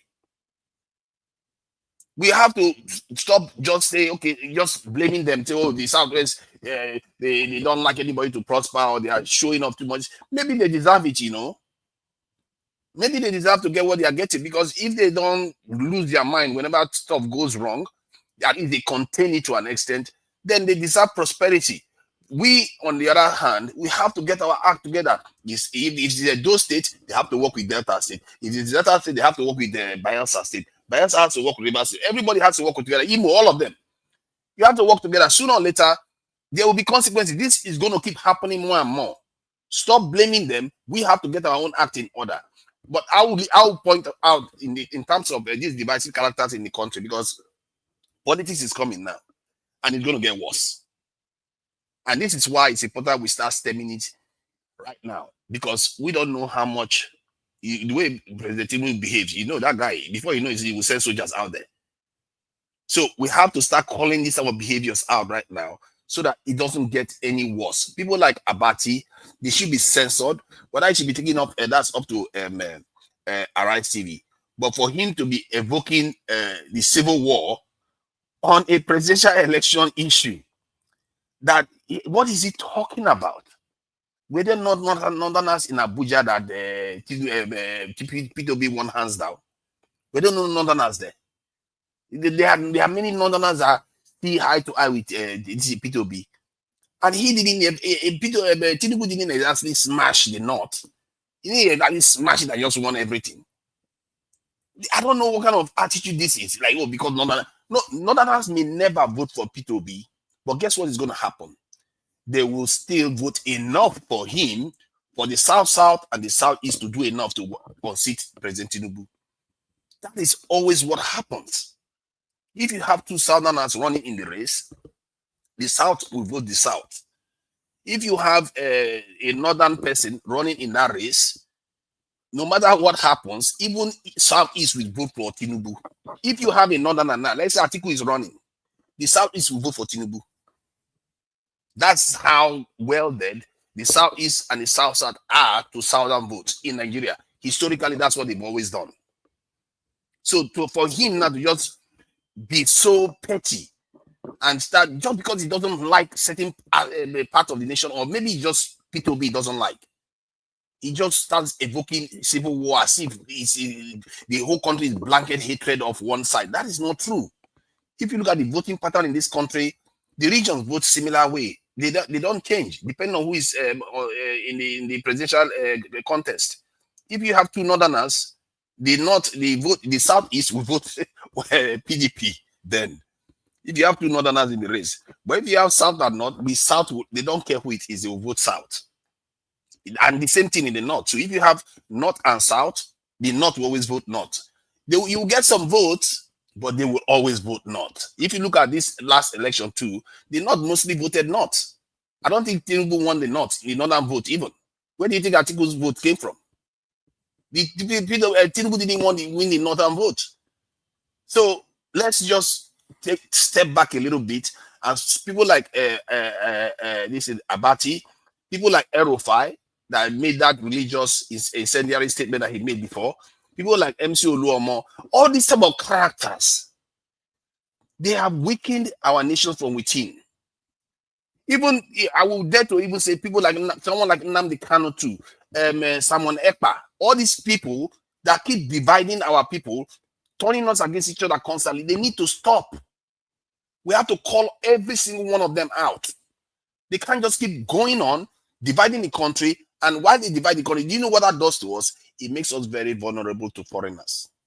Because then they can just come and say, hey, you don't like that guy, don't do you? What are you willing to do to sell him out? That person will sell the entire nation out. Someone like Abati, now, the way he's behaving, the way he dislikes Peter Obi, I don't know what he cannot. They may not even offer him for free. He will betray the country. You can't behave like that. You can't allow your kind of animosity. What kind of animosity do we even have against each other? I don't even understand it. Every single thing you do within the country, keep it within reason. You can do your politics, do it okay, but don't do things that divides the nation. That divides the nation along ethnic lines, religious lines, so that as a nation, we are less capable of withstanding any outside threat. Or as a nation, we are even less capable of functioning or thinking correctly. Like the way we are doing now, where we keep putting investment in one side of the country when it doesn't even make sense. The areas where we should be investing in our waterways, we are not doing it. The areas where we should be putting a lot more investment, we are not putting it. You know, some people would like to think that, you see somebody that is saying Nnamdi Kanu didn't do that because it's from your side. That's why you don't see it. If you see another Yoruba man and you ask him about Abati, he say, what did Abati say that was so wrong? All Abati is saying that it should be merit-based. That's what they're going to say. Nobody wants to just see beyond their own group. You are in one nation. And if that nation is not getting along well, you are all going to suffer for it. Where has he gotten us anywhere so far? We have to call up anybody within our own groups. And the thing I like about in the South, is I think it's only Asare Dokubo that keep opening his mouth every time causing problems. And that one too should be censored. All these kind of characters, they should all be censored. In the North, I know that El-Rufai did say something once about favoring Muslims. And Kwame Asona is talking about Southern development. That kind of stuff, they should be censored. This is not time to start having this nonsense. This is 2 years before an election. What if it's in 6 months? What are these people going to be saying? And people are going to lose their lives because of these irresponsible people. Personally, I actually think that there should be a kind of law that prohibits this type of tribal bigotry.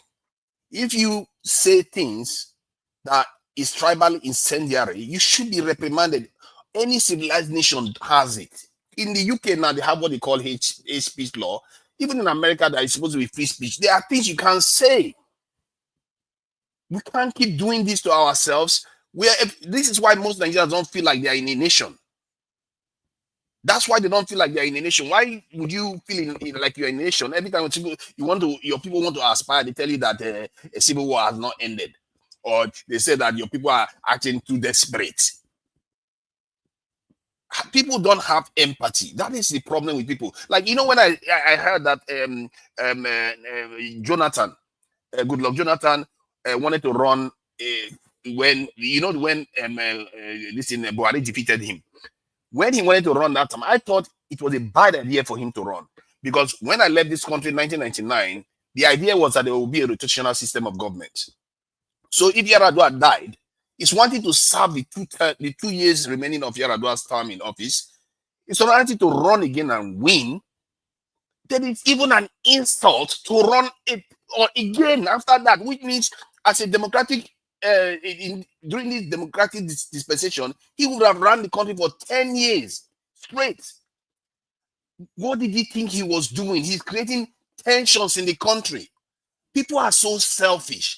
For the life of me, I don't understand why grown people are this selfish. You should put your own nation first. As a grown person, isn't that the whole point of being grown? You are supposed to see beyond what a young person cannot see. But he chose to want to run again for office because some selfish people say, this is your chance. Take it now. This is your chance. Creating tensions. What if he had just said, oh, you know what? I've run my 2 years of a Yar'Adua's term. I've run again, I've won. I'll go now. If he had just gone then, do you know the kind of example he would have set? Today, the honor people will be following. They'll say, this guy, he could have run again. He didn't run again. And maybe what Abati is saying now would not be relevant anymore. Like saying that P2B saying he's going to run for 4 years. That is impossible. How can he possibly? Yes, he can. There are leaders that have done that before. It's not like P2B would be the first leader to ever do one term in office. Or after they get into office, they say they're going to run for one term. People like Mandela ran for one term. He didn't do 2 terms in office. There are leaders that have said they are going to go into office and they will do one term, and they did it and left. So how is that so mysterious to someone like Abati? It's impossible for it to happen. PWB could do it. And if PWB is a man of honor, and if he has people, if he convinces the Northerners that he's going to do it, if they believe him, that's all they need.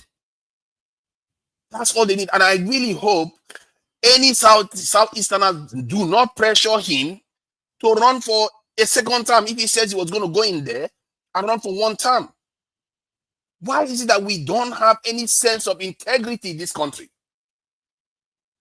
What is wrong with our people? Can't your word be your word? Don't you understand that if your word is your word, you have a more stable environment for your people to progress? Every time you want to get one over each other, where are you getting one over each other? We keep trying to get one over each other, and we are also falling down for it. We've been doing it for 60 years, and we've not learned our lessons. There's not that many words for wise people. If you're a mature person, I think our people need to start learning some lessons about what integrity truly means. In other words, just think about the other person a little bit. Think about your fellow Nigerians and think about what you've agreed with them and live by it. Say whatever you like about Tinubu. He had an agreement with Buhari. He lived by it. And they fulfilled their own end too. They fulfilled their own end. I saw Aero 5 fight for Tinubu, even if he doesn't like Tinubu. Aero 5 fought tooth and nail for Tinubu to get into office because he wanted to live by his own words. People that live by their own words, you know what they tend to achieve? They achieve more than an individual capacity can be able to achieve individually. So this is an issue. This is an issue within the country. We seriously need to search our own selves. Just because it's our person doesn't mean you should not call your own people out. If Luomo is doing something, if you are Yoruba, call him out. If Simon Ekpa is doing something, if you are Igbo, call him out. If Erofa is doing something, if you are Hausa, call him out. As a matter of fact, it's better that you call him out than other people call him out. It has more impact. Don't wait for other people to tell you off. Like now, if you see a lot of this in Yoruba channels now go on and say, you know what Abati said is wrong. That is when you start seeing signs that we are beginning to mature as a nation. Because he's not supposed to say things like that. Because you don't like Tinubu, you say civil war has not ended.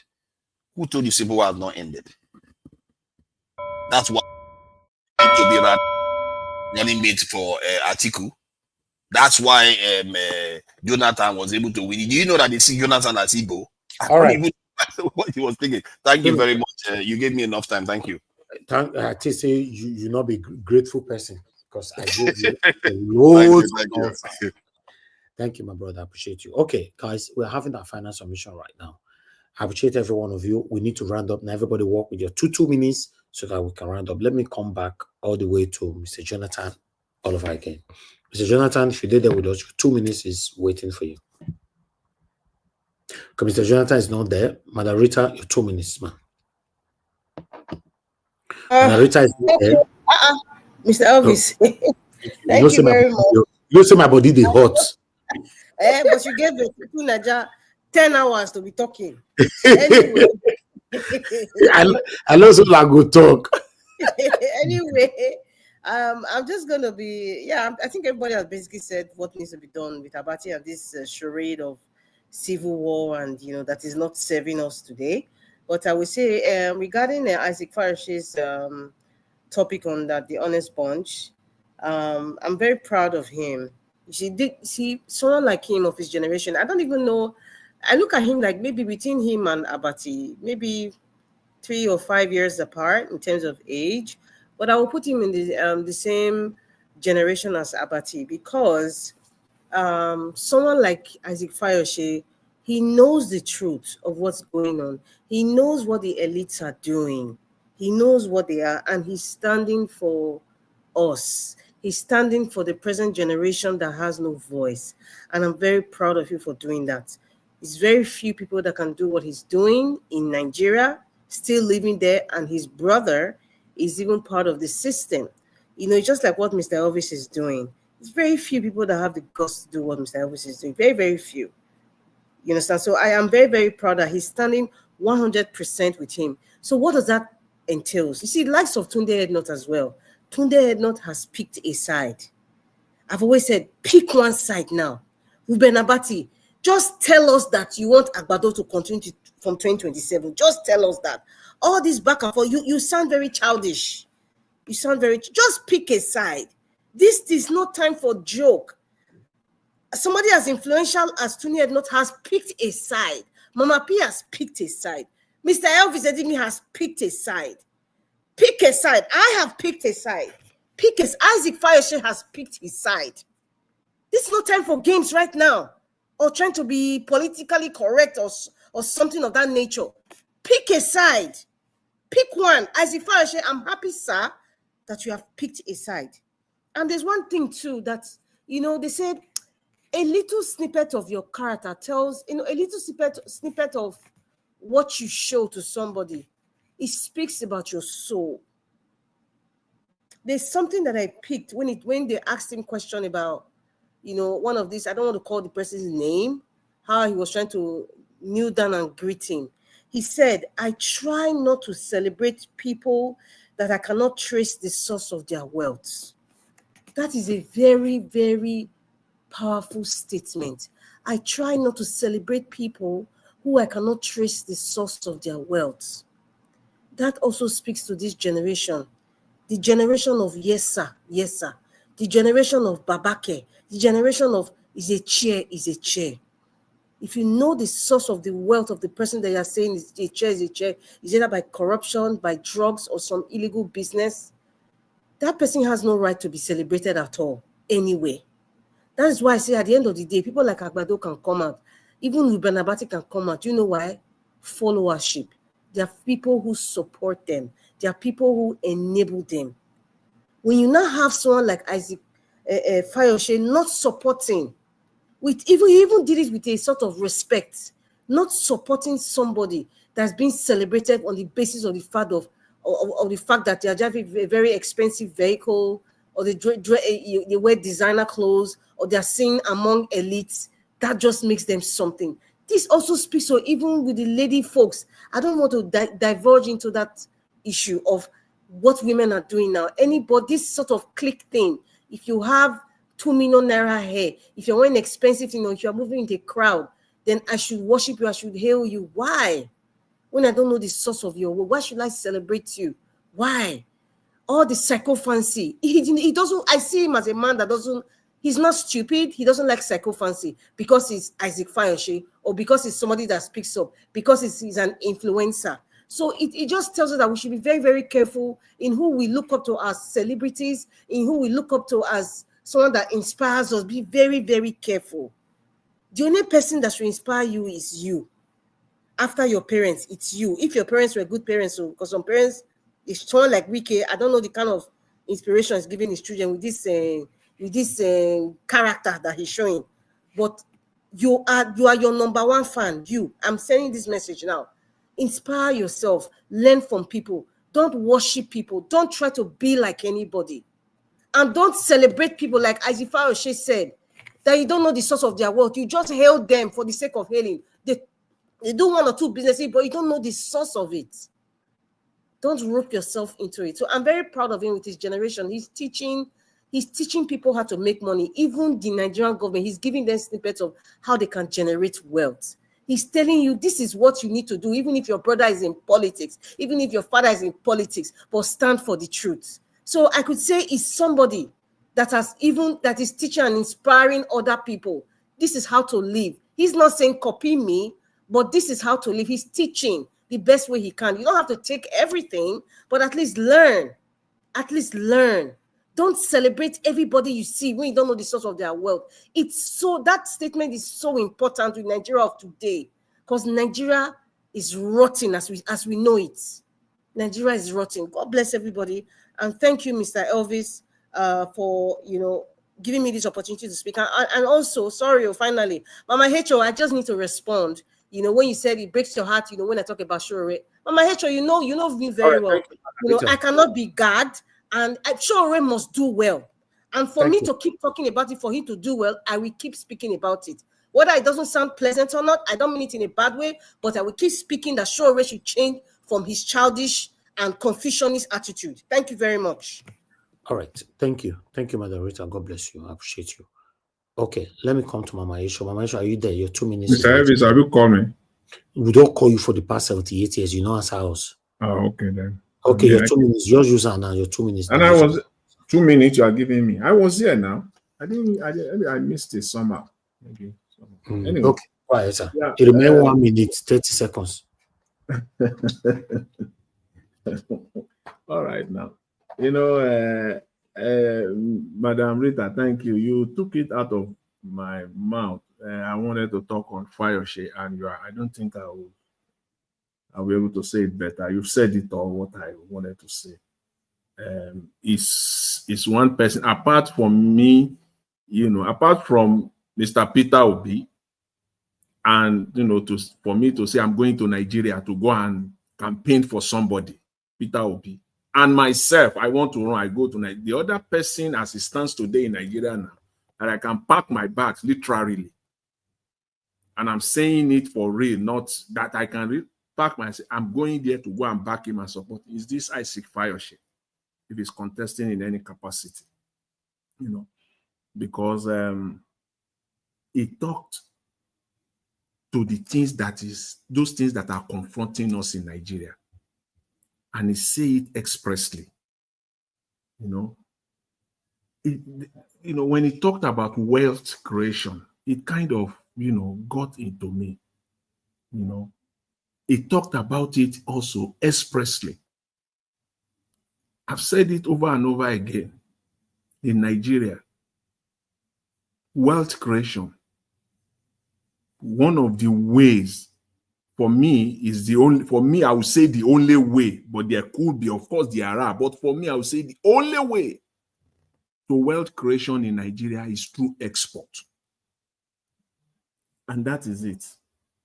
That is the only, that's for me, this is the only way. Nigeria is a big country, endowed with huge natural resources that could be tapped into. On top of it, over 200 million people. You can literally close your eyes in that country and be making money. Honestly, you can close your eyes in that country and be making money if the enabling environment were created. And he gave the government, yes, he said it expressly, what the government will do to make the fund available for people to do. All this money they are talking about, 10 billion, 20 billion, it's just misplacement of priority. Enable Nigeria with 10 million, 5 million consistently, identify them. The country will turn around for good. People will use it to employ. The 10 million man will employ 1 or 2. The 5 million man will employ 1. And that is how you create wealth. That is how you create jobs. And this is one of the way to go about it. He said something. He said if he becomes a governor, he will be distributing on a monthly basis 10 billion naira. Yes. Not cash transfer, not the one that they are doing, Identify Nigerians. Nigerians are entrepreneurs. Give them that kind of money on a monthly basis, not giving it to your political cronies and to Agberoso. I'm not talking of those ones. Not giving it to those ones that you will hire them to come and be making noise at your campaign rallies. So not those ones. Not giving it to your political members or members of your... No. Giving it to Nigerians on the streets. Those Nigerians that are in business, that are doing something, give it to them. The country will turn around. That is what we need. And what is 10 billion? Some state governor eats that kind of money on a monthly basis and nothing happens. Some of them eat that kind of money. And when he talked about tracking source of wealth, what else do we need in that country? If we can't do that, then we have not started. That's how we ended up with mediocres, criminals, full-blown criminals leading us. People that you cannot track them. You can't track their source of wealth. You don't know where they come from. They will just pop up. You will just see a Nigerian today, and then the next thing it will just pop up. You cannot track it. At least just, okay, this is it. This is how it started. You don't need to know everything, but this is how it started, and this is now where he is. You can't do that. Almost all the politicians in Nigeria, I can almost all of, let them come out and let us, all of them. I'm not giving exception, maybe one or two. Maybe one or two. The rest of them, you cannot track them. You can't track their, you can't track it. It's all criminal.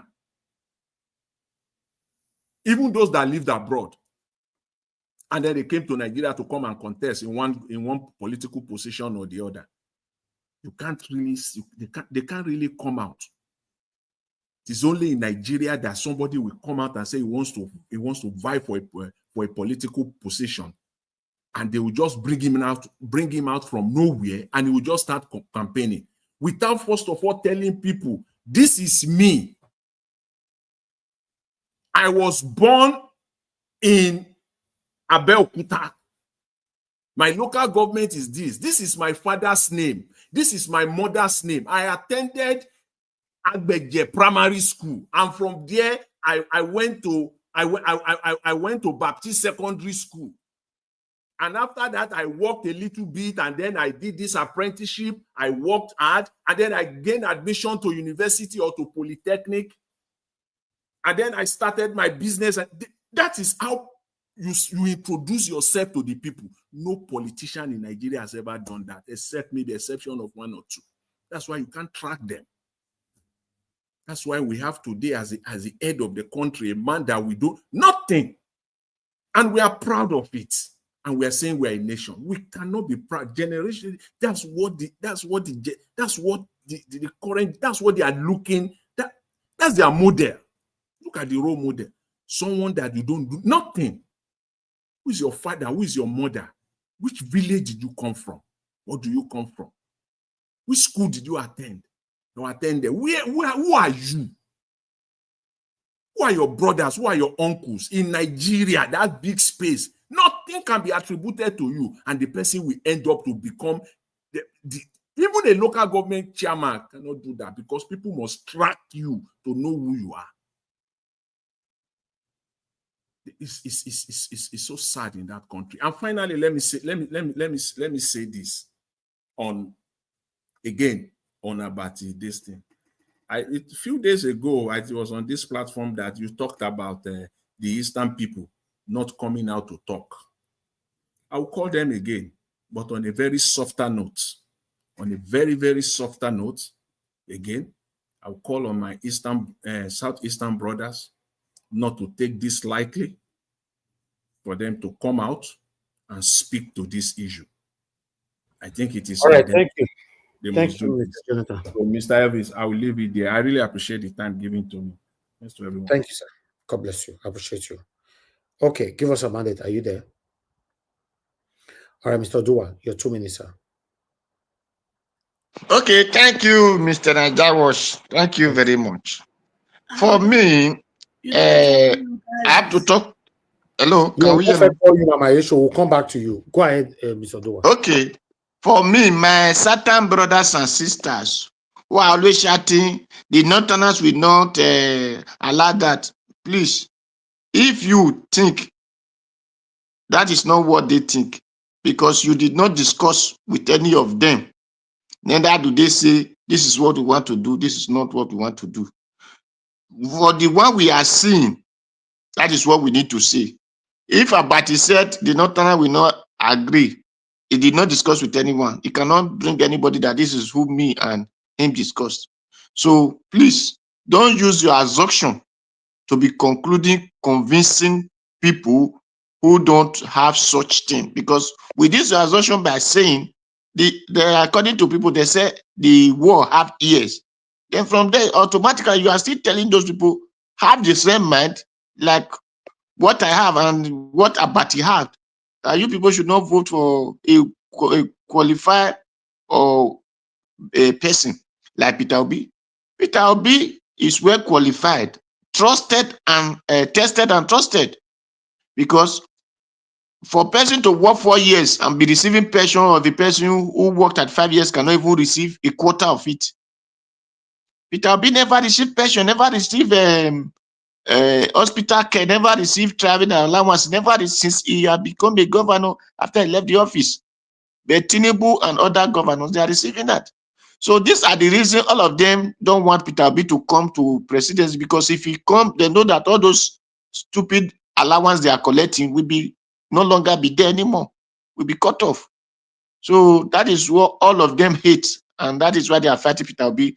So let us put it before people that this is the reason that they are fighting Peter Obi. So if you want the money to come out in this country, because all those money they are taking in the name of pension, if you hold it to the state, it will make a life living for the people, better life. Check only what Tinubu is collecting. Check all the 36 states, or let's say 20 states of Nigeria collecting such money. If you bring out that money, their people will be happy. They will have food to eat. They will have good road. They will have security. So those are the things. Thank you, Mr. Niger Wash. Thank you very much. Thank you. All right, Mr. Odua. God bless you, sir. Thank you very much. Mama Aisha, we're back to you again for the 4th time. 2 minutes, ma'am. All right, thank you. What we like is if I use some words that are not supposed to be used on the channel, I'm sorry. It's just that Abati pissed me off big time. It's okay. Thank you, ma'am. It's okay. I want to start by saying thank you to Isaac Fayoshe. I appreciate you. Thank you for standing for truth. Thank you for not joining all this bigotry, some bigotry Yoruba people to play their useless tribal card. Thank you for showing an example to the younger generation. I appreciate you. Toshowore, most people may misunderstand your ways. That is their opinion. I love you the way you are. I love your principle. I love your ideology. And I want to say thank you for all you've been doing for Nigeria, especially those you go to court, go to jail to bring out. It is not an easy journey. Having said that, I need you. I need Mr. Peter Obi. I need 2 of you to come to the table and help me to rescue my children. I am pleading with all my heart. Because anything that makes 2027 to slip my children's hand, it won't be funny. And to Mr. Peter Obi, you see these people, you think they will change? Hence, you are trying to work with them. They are not going to change. They are principalities. They are satanic. They've bent on making sure my children does not have enabling environment to fulfill destiny. Therefore, they are not ready to give good governance. No. They don't want it. So that road you are following won't work. So let's come to the table and discuss. Because you and Shawara together, I can sleep well. Because I know my children will back you up full time, home and abroad. Because every one of us, home and abroad, those of us that belong to the oppressed population, we are tired. They are laughing at us. Most of my children can't travel with Nigeria passport to some places. Humiliation everywhere. Please, I am appealing to two of you. Come and help me to save my children. Thank you, and God bless you all.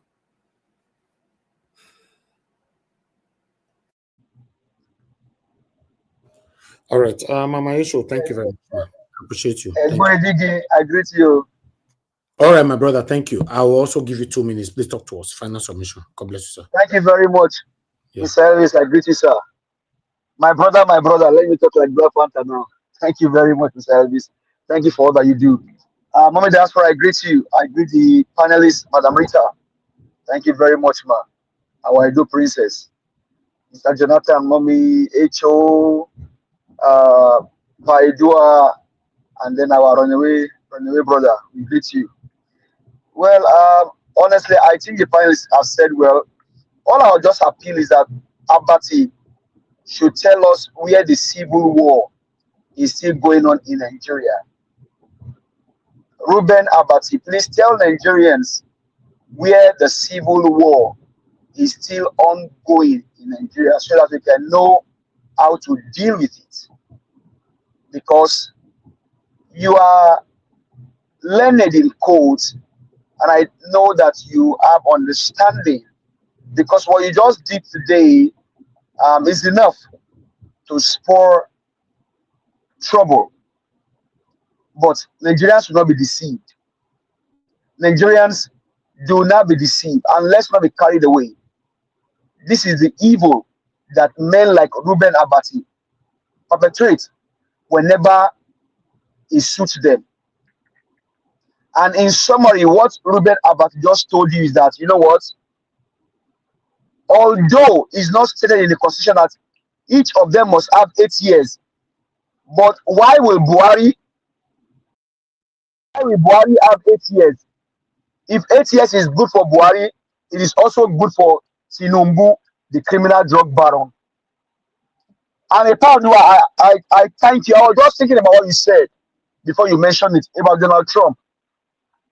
Donald Trump ran in his first term, served his 4 years.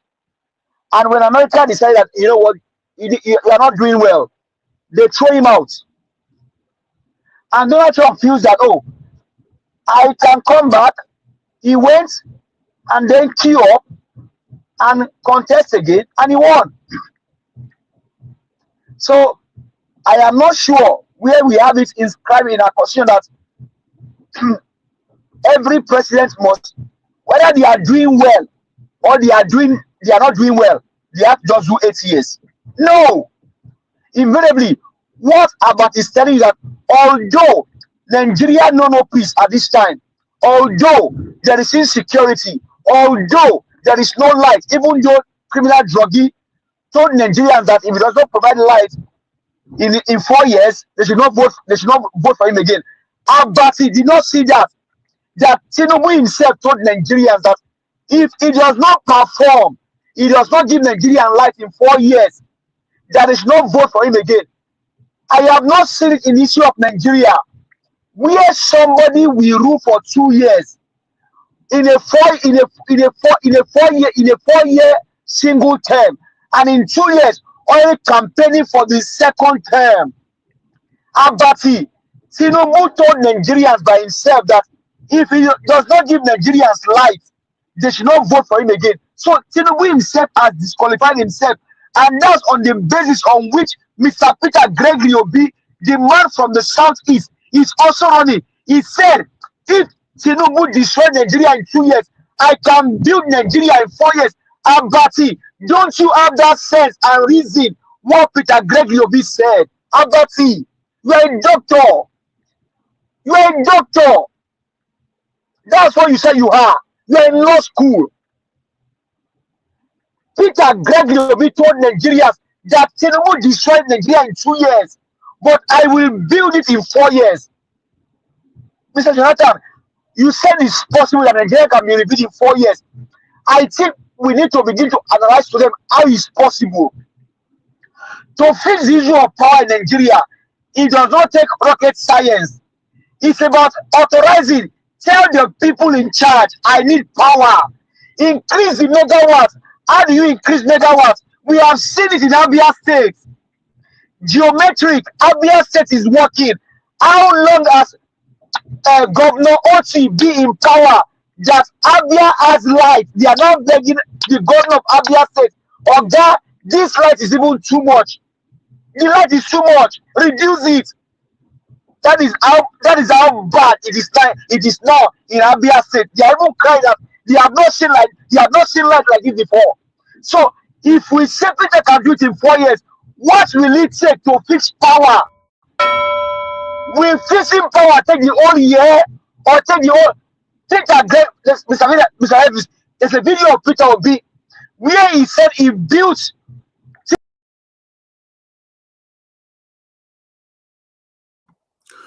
All right, where is Give Us a Mandate? We lost him. Give Us a Mandate, we lost you, fortunately. Yes, we do. But nevertheless, Augustine, me, I don't understand this one where they come for this kind of time, so we would already close. Now what we'll give you 30 seconds. We don't reach your time. Just wait for one corner for their first. You know, there should be penalties for late comers on this platform. All right, let me come to I beg you. Go ahead, yourself one corner, my friend. What if Now you use your 2 minutes. Use your 2 minutes, Black Panther, and the go house. No, why you go give me 2 minutes now? I beg for 4 minutes. You are a good man now. You have been good today to everybody. Giving a whole to Niger 15 minutes plus. You have been so good, and you have been good to Sister Rita, giving Sister Rita more than 20 minutes to speak. So therefore, let your goodness spread all over the board. Yeah, first start your 2 minutes. You have defended yourself very well.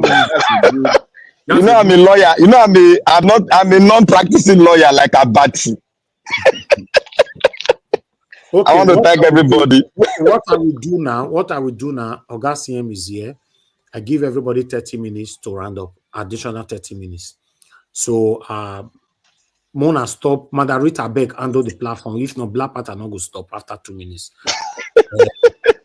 30 minutes now my time you don't. I need to first mention now. All right, I know after Black Panther we have Abdul Malik. Then there's only Abdul Malik left. So before Gas CM, so Mona manage the 30 minutes. Thank you. God bless you.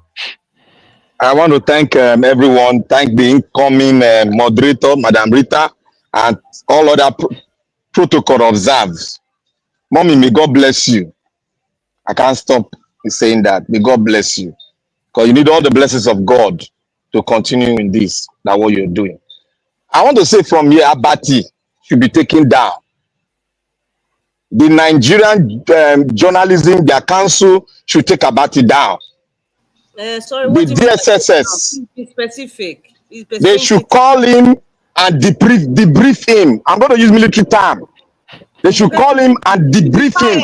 Possible suspended. Yes. Big English.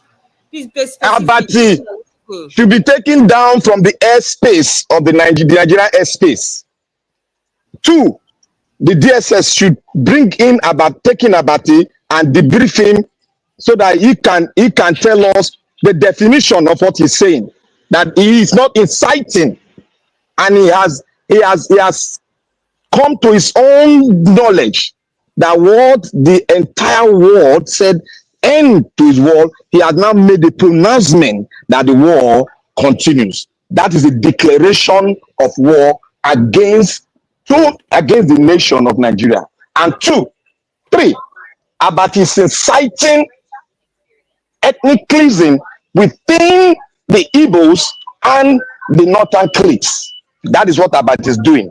And Abati is also declaring that there shall be no peace in Nigeria because he has declared war in Nigeria. So therefore, Abati should be taken down from the airspace of the Nigeria as a body.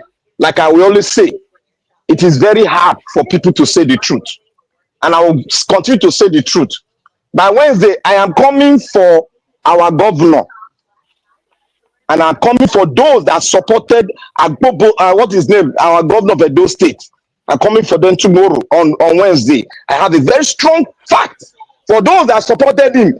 I am going to debrief all of you. I think I debrief you. You will learn to be straight in your life when you are trying to make a decision on the kind of leadership you want to. Now, you see, Ayo Fayoṣe is another leader that Nigeria has given birth to. Like my brother Jonathan said, if anything will take me to Nigeria and such a man is contesting, I will spend my money, I will spend my time to enable that cause. Because he said something today, and Madam Rita quoted him. Thank you, Madam Rita, for that quote. That is a man that is well brought up in a home. You see, people like Abati, they are not well brought up. They'll say Omoluabi. These are not the Omoluabi. These are rascals. That is why he went to read law. He could not practice it. That is the military will say negligent of duty. He went to read the profession, but he could not practice it. Likewise, Dino Malaye, they will not practice it. They went to read it just to put out their ego out there that they have practiced, they studied law. That is nonsensical. Like they say, law is a noble profession, and you don't come out as a somebody who passed through the law school and redefine the Nigerian space in terms of declaring a war when the war had been declared over. But you have heard. I will continue on this trajectory with you until they take you out. If not, your Arise Television will all gather and bring it down on the YouTube. That is what we're going to do, and I'm going to be part of it because you guys are aiding and abetting a crime that is committed against the Nigerian state. For a man like Abati, who's a lawyer, we now logically or cunningly bring out and open a wound that has been sealed, that the Nigerian state already have not apologized for that genocide. And a man that fought in that war, in the presence of your past president, a military president, said they lied, and their lie causes the war that we have. And people have not yet taken their step. That is why I say most of them have to be debriefed.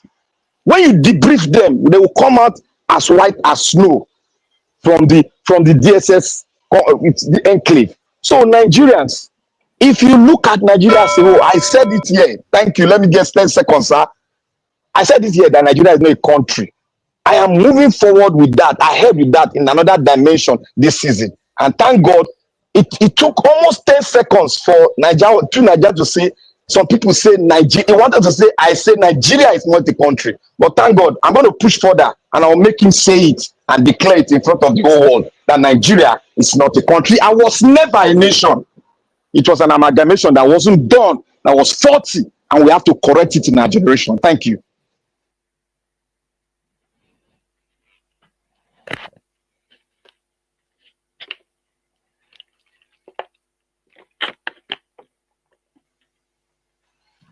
Okay, it looks like Madam Rita is not available. Okay, I'm here, Mr. Elvis. Okay, thank you. Yeah, so the next person will be Abdul Malik. Abdul Malik, you have, this is your final submission, 2 minutes, and then we go to Dr. CM, 5 minutes. Abdul Malik, are you there? Yeah, okay. Good evening. Okay, Good evening, you have 2 Rita. minutes, final submission. Yeah, good evening, Rita, and good evening, Mr. Nigeria was once again. You say Nigeria is not, there is nothing difficult to fix in Nigeria. It's just because we don't have good people, good government. That is the problem we are facing. When we have good government that they are willing to work for the people, it's not difficult. There is nothing difficult there. It's just because we have wicked people. They are just after they are just there to loot for their own self, for self-interest, not for the people or people around there, their family, just gang. That is why they are there. Because I see no reason why you are elected to govern people, right? Okay, why can't you govern the people? Other countries don't govern people like this. Your people don't benefit anything from you. Now, there is insecurity in the land. You don't even talk about insecurity. You are campaigning ahead of 2027. We are not even yet there. As I am talking to you now, I may die after this conversation now. I may give up. I don't even know if I will reach tomorrow. I don't really know why black people, how we are reasoning. 1 minute. We are different from white people. You don't even know if we will reach 2027, but you are campaigning ahead of 2027. Why can't you why can't you do the one you are in now? Than the one that you have never seen before. You are campaigning ahead of that. We have a long way to go. Unless we change this our mindset. That is the problem we have. That is number one thing. Our mindset is somehow. Thank you very much. Yeah, Dr. CM, you have 5 minutes, sir. Okay, thank you very much, Madam Rita. Good evening, everybody, wherever you are, those on the chat, anywhere, and those listening, those on the back room too. Actually, I've been away for quite a while, but I know a lot has happened, but I take it in the stride. Time will tell. As time goes on, I delve into them. Today, I was just hurrying against time to say, let me just show face, even if it's for a second, just to reassure people that I didn't go on a woo. I didn't venture out. Now, you see, as we wind down towards 2027, like people are saying, I think let me say something generally. Abati's case is too toxic that even if you give me 2 hours, because I will be making a lot of references, it may not be enough, but that's by the way. So I try to be as brief as I can. You see, Nigeria is a nation in search of nation. Nigeria is a country in search of nationhood. We've all agreed that we need to heal. Not really because we should do it, but because circumstances, a new generation of Nigerians, they've come on stage. The generation that fought this civil war are fast dying out. Maybe IBB or Basanjo, I don't know whether Abdul Salam fought it, Danjuma, I can't remember any other person. They all dying. The civilians have almost given up. When Mbazulika Amoechi died, the boy is good, the former minister in the First Republic. I think that closed the chapter. Nahoro is no more, Zik is no more, Tafawa Belewa, all of them. Even Ekweme, who didn't, all of them, they're all going. So it's like the generation now want to sort of create a society for themselves. They started looking at who will help us. Obasanjo since 1999 fought the civil war. He handed over to Yaradua, who should have been a clean break from the past. The man died. Jonathan took over for us to have a clean break and they moved. Buhari came back to remind us of the civil war. To those who are not in the circle, those who he will teach the language in the way they understand it. Maybe he's doing it now somewhere else where he is. Now, from there, now we thought that those who said that June 12th is the ideal thing, because June 12th was an occasion whereby they said Nigeria left a Muslim, well, they didn't care religion or whatever, and voted. It should have ended since. And the man who said I championed June 12th, I went on exile, look at my back, I've been beating all this. And then came back. He's even playing primordial, saying that is the crudest form of politics. Now look at where we are. So you now ask yourself, I'm trying to look at it from a broader perspective. So Nigeria will never do really much forward. It is really painful that during Obasanjo's time, for those that do not know Abati, there's an article called Obasanjo Secession and Secessionists within the Igbo, written in 2001 by Ruben Abati. 3-piece article, 3 installments. He was just talking trash. He was just running in the Igbo down from beginning to the end. Running, that's based on lies. Something that happened on January, maybe January to the July 29th, he might call it August 29th, and then start to build a narrative. People should go and read it. So we thought that Abati has sort of healed. Now he's relapsing. What is the essence of in 2025? You are still telling people civil war has not ended.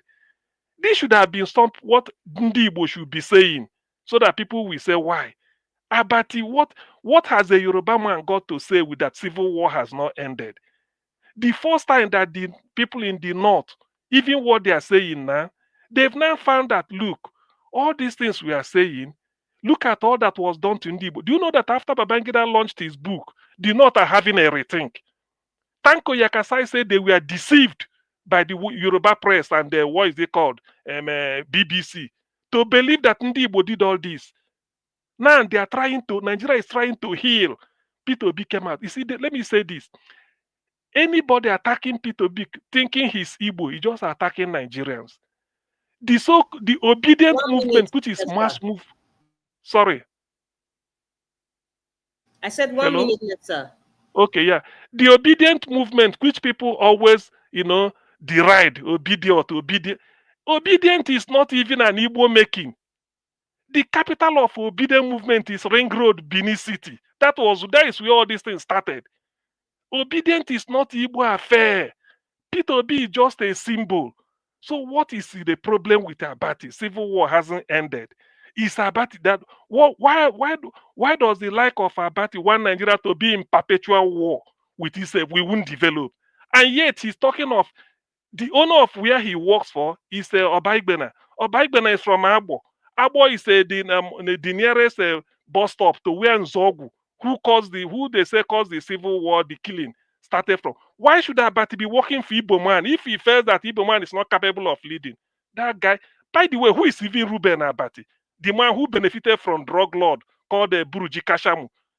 If Abati is really sound, he should not be a deputy to somebody who is a drug lord.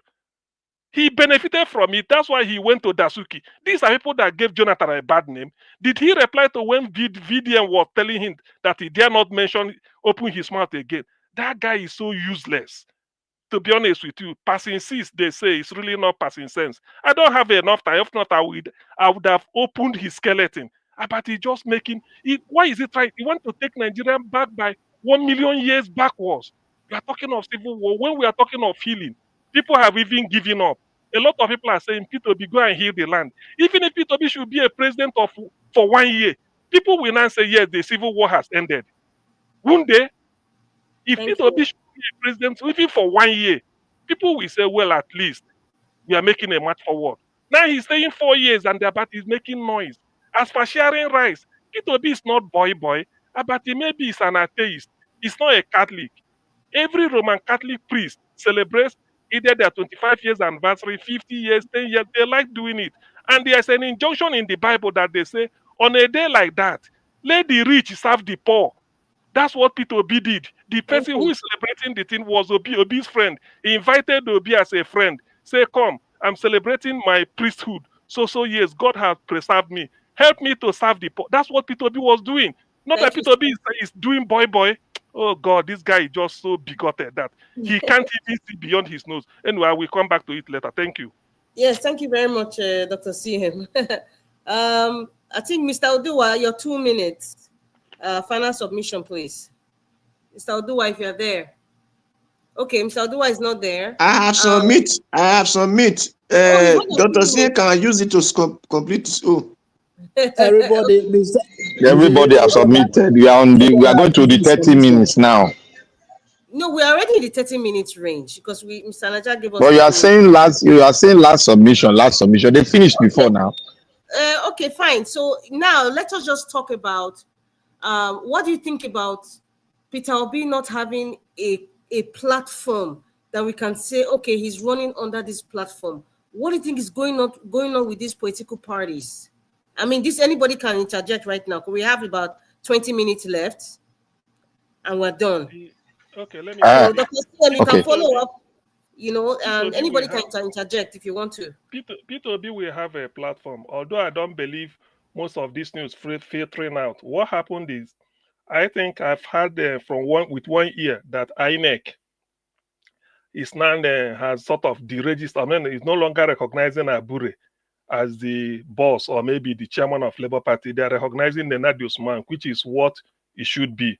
Now, given that way, Peter Obi should be in Labour Party, I expect him that things will normalize in the days and weeks ahead, so that he will obedient and Labour Party will still be the same. I mean, Peter Obi should run.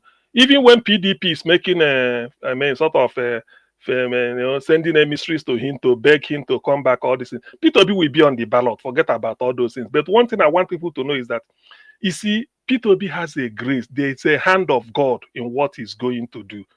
Could you believe the Abure, who said he will open up P2B's can of worms or campaign this? He didn't say anything. Even when P2B said, go and investigate me, publish anything you feel like, till today Abure hasn't. Tomorrow you read that Abure is telling P2B, come back, all this, all that. So the thing is that something must give. There is a course of there is a phase that we pass out before P2B will get there. All these things are just hitches on the way, but eventually he will get there and then shut people up.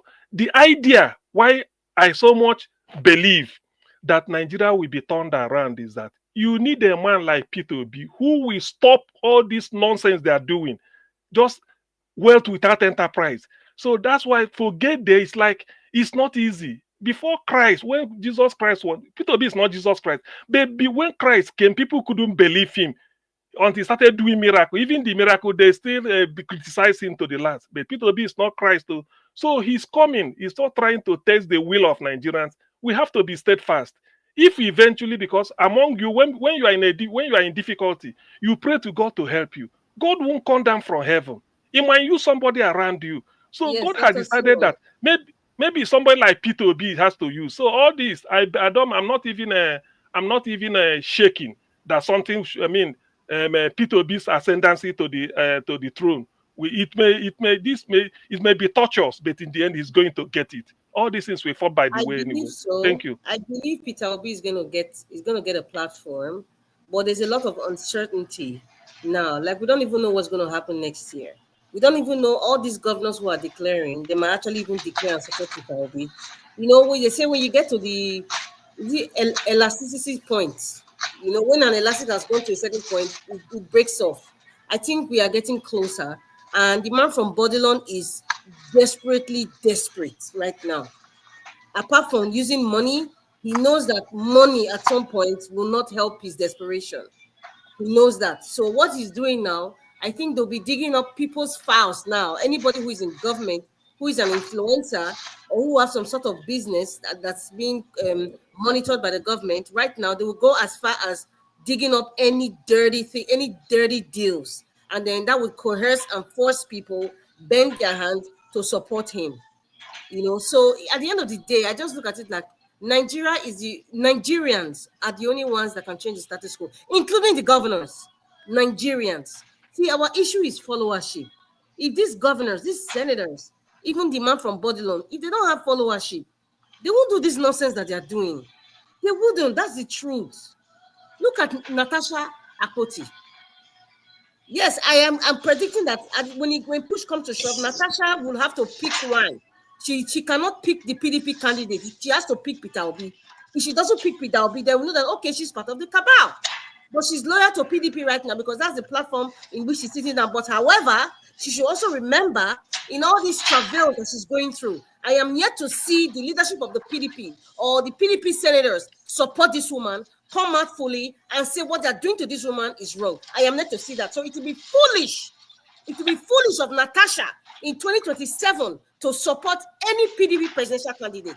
We are watching. We are looking.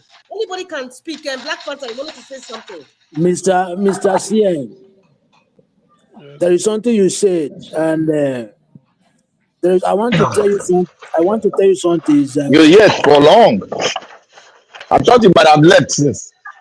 Black Panther and speak a place. Mr. CN, you know I want to tell you this. Why is it that INEC do not recognize Abure as a chairman, right? As I'm speaking to you right now, go to your Google and check. Abure is the chairman of the Labour Party. Why?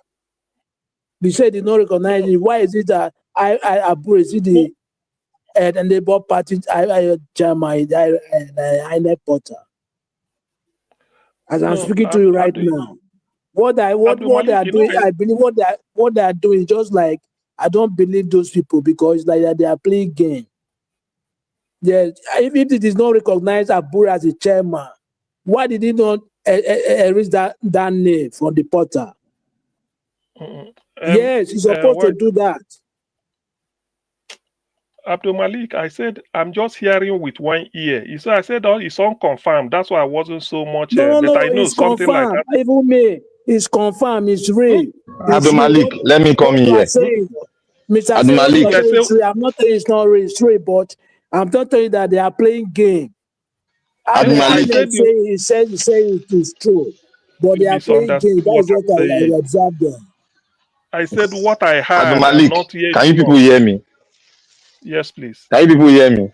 Abdul Malik, the procedure, you should try and know the procedure that the INEC should embark on in taking that name down. They don't recognize him, has been stated, and they state why they cannot recognize him as the chairman. As the communique stated, they stated it there that because the judiciary has back on that trajectory, they have no other option than to say they cannot recognize him anymore because he's no longer he's no longer legal. So therefore, taking it out of the IREP or not taking the IREP, the law has taken its course. So it is the law you can only hold. Black Panther, wait. Yeah. Black Panther, wait. They can play game, but we have already pronounced it. Yes, they can play game, but they've already pronounced it. And that one you cannot wait. Let me come in. Let me just say one or two things here. See, INEC, to me, I still believe they are playing games. Yes. As of this point, as of today, I still believe they are playing games.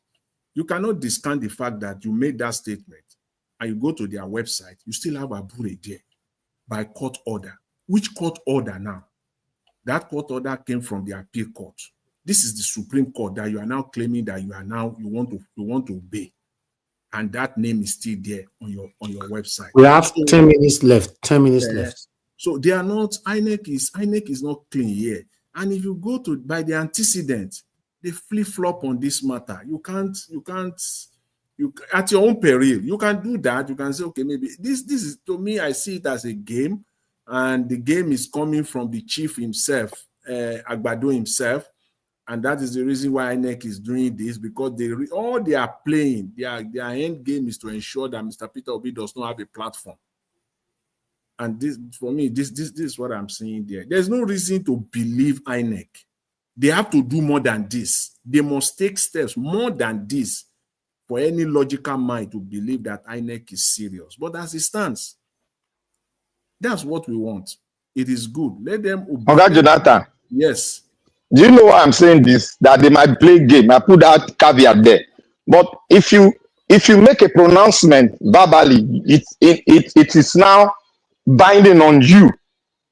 You cannot retrieve that word again because that word is even backed up by law from the Supreme Court. Now they can play their game. Yes, let's work towards their game they will play. But now that we have it, the procedure the party should undergo now is for them to go and do their convention and bring in a new chairman who should be authenticated by INEC. That is what I believe they should push forward to.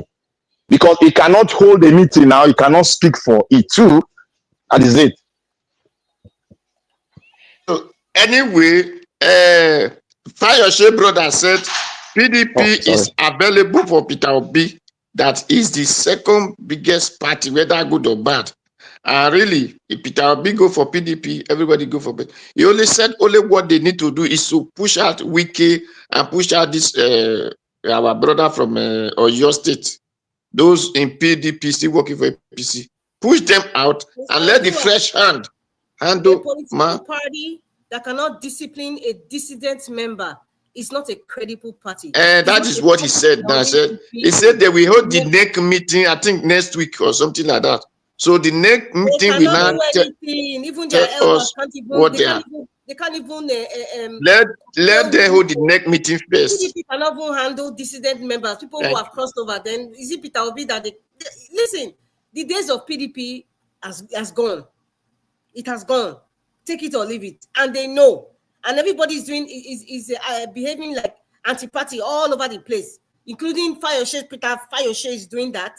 Wike is doing that. Many of them are doing that. Even in the Halo chambers, a lot of them are doing it. What are the political parties doing? What is the leadership of the party doing? Nothing. Even the likes of Bodejo can't even talk right now. They can't talk. They have no say right now because Wike, money is the name of the game right now. It's not integrity. It's money. It's all about money. It's all about money. And that's why they cannot touch Wike. That's why they cannot remove him from the party with all the atrocities he has committed against the party. So what are we talking about? So is that the party Peter Obi should go to? It's like entering fire pan to fire. You are dealing with Labour Party. What you're not thinking of going to PDP. Peter Obi should not go to PDP. To me, that's a trap and it's a complete waste of time. That will be the biggest mistake he's making in his political career. Madam Rita. It's better Madam Rita. Yes. I love the position of what Peter Obi is doing because Peter Obi is inside the bedroom fighting the fight. Let him confuse even us too. Let him confuse us too, so that we know that he's our leader. Yes. He's smart, he's credible, and he's loyal to the people because he cannot make any decision without not coming to the obedient. That is a man that is loyal to these people and is a servant of the people. Let him be like this until we get to the Eldorado and we all fight and stand with him. Let me keep in this. This coalition, ADC, it is not that they don't want P2B, but the problem started, I think I said it here one, that I still like that. P2B was telling them that this coalition is not just to grab power. Let them use this coalition as if they are reforming Nigeria, whereby the next person who will take over from Tinubu will do one term. After one term, it will start to rotate one term throughout the 6 geopolitical zones. That's one. And he proposed a lot of things, but they don't want it. So they felt that P2B coming is like he's going to take the, take the wind off their sail. Because that's what P2B wants. P2B said if he had his way, every one time, let me give you a shocking thing. Do you know that in the north, when I tell people that in the north now, the thing don't change. Look, they have already made a cap. You see that cap P2B they wear. And I say they wear that for nothing. They don't put that cap, they don't launch the cap for the entire north central. They don't launch it. They are going to the core north now to launch it, and they started launching obedient in every state in the north. So when we just sit down here, they talk, I just laugh. It seems we are not even following what is going on in the north as we are. That man that came here is really doing a great work in the north. Those northern boys that are following Peter Obi, they are working earnestly. They went to Kanu, Emir house. It took Peter Obi to Emir house. It's on social media now. And it is against this background that you can now wonder when Ruben Abati said the North is not happy with Tinubu, a Yoruba man. Therefore, why should they be happy? You know, that type of narrative. We now tell you, really, some people do not even want Nigeria to be the way it is. That is the issue. How can you bring that type of conjecture? The North is not happy with Tinubu because Tinubu is incompetent. Okay, the North is not happy because they now found out that he's a career criminal. So because the North is not happy with Tinubu, a Yoruba man, like he said, how can they now go to East? That the civil war has 3 minutes more. Oh God. Everybody make Dr. CM, Mr. CM, Abati is misleading the people. You know why? If you go to the north, especially the northwest, like APC billboard, they are pulling it down. They are pulling it down there. The APC billboard, like Tinubu and Shetima. Abati is lying to the world. Is misleading the people. Naija Watch, I send you a tape where Shagari, when he was campaigning in Lagos State, I send you that old video. It's in your this thing. I want you to play that old video. You will be shocked when Shagari was campaigning in Lagos town.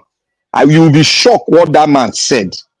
It contravened and brought down the entire campaign of Agbado for the entire country. If you see what that man said about campaigning and talking about who owns Lagos and why Lagos should be for everybody, and anybody that contravened that law is against the Nigerian state. He stated it, the president, It's there. I send it to you. Those are the kinds of videos that we need to be showing people. Those are the kinds of video that Nigerians need to see all the time. Let them see what happened in the past. Let them see how people campaigned in the past. Because it's the same way Abati spewed that evil virus. The same way we should be spewing what the past leaders have been talking about Lagos, about zoning, about politics, you know, about even the kinds of politicians that come. Watch out for these kinds of people because they are satanic and they are selfish. So please, Mr. Najawat, if you have that video, when you play it, you can vet it, and please, you need to watch it. Even if you can share a clip. Black Panther, you know, in the WhatsApp group, please, can you just share it so at least someone can crop it? And you can share Yes, it. I will share that clip on the WhatsApp. It's when I saw that clip, my body goose pimples entered me. That the man can speak that way. In fact, you should be tagging Rufai, Abati, all of them. You should be tagging them on that video. All of them on social media. Tag Ogiope, all of them, NTA, tag all of them. Let them watch it. In fact, tag the man from Bodilon, tag Sheyi Tinubu, tag all the tagables, tag Reno Omokri, tag all of them, including Teletokonko, tag all of them. Let them look at what happened during the time of Shagari. Shameless people. Mr. Elvis, we have 1 minute left. I don't know if you're there. Okay. In that 1 minute, let me put in this. You know, when people say not, maybe sometimes I wonder, is Plateau State not North? Niger State, Benue, Kaduna, are these? So North must only be Sokoto and maybe Medugri, about Borno or Kano. What really do they mean by North? P2B, Kando, this.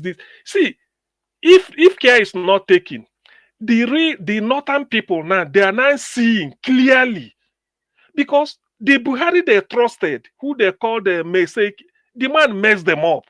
They are even saying it. Jonathan they stoned was the person who came to help them. And Peter Obi is coming almost like the way Jonathan came, telling them this is what to do. And they are now having a second thought about it.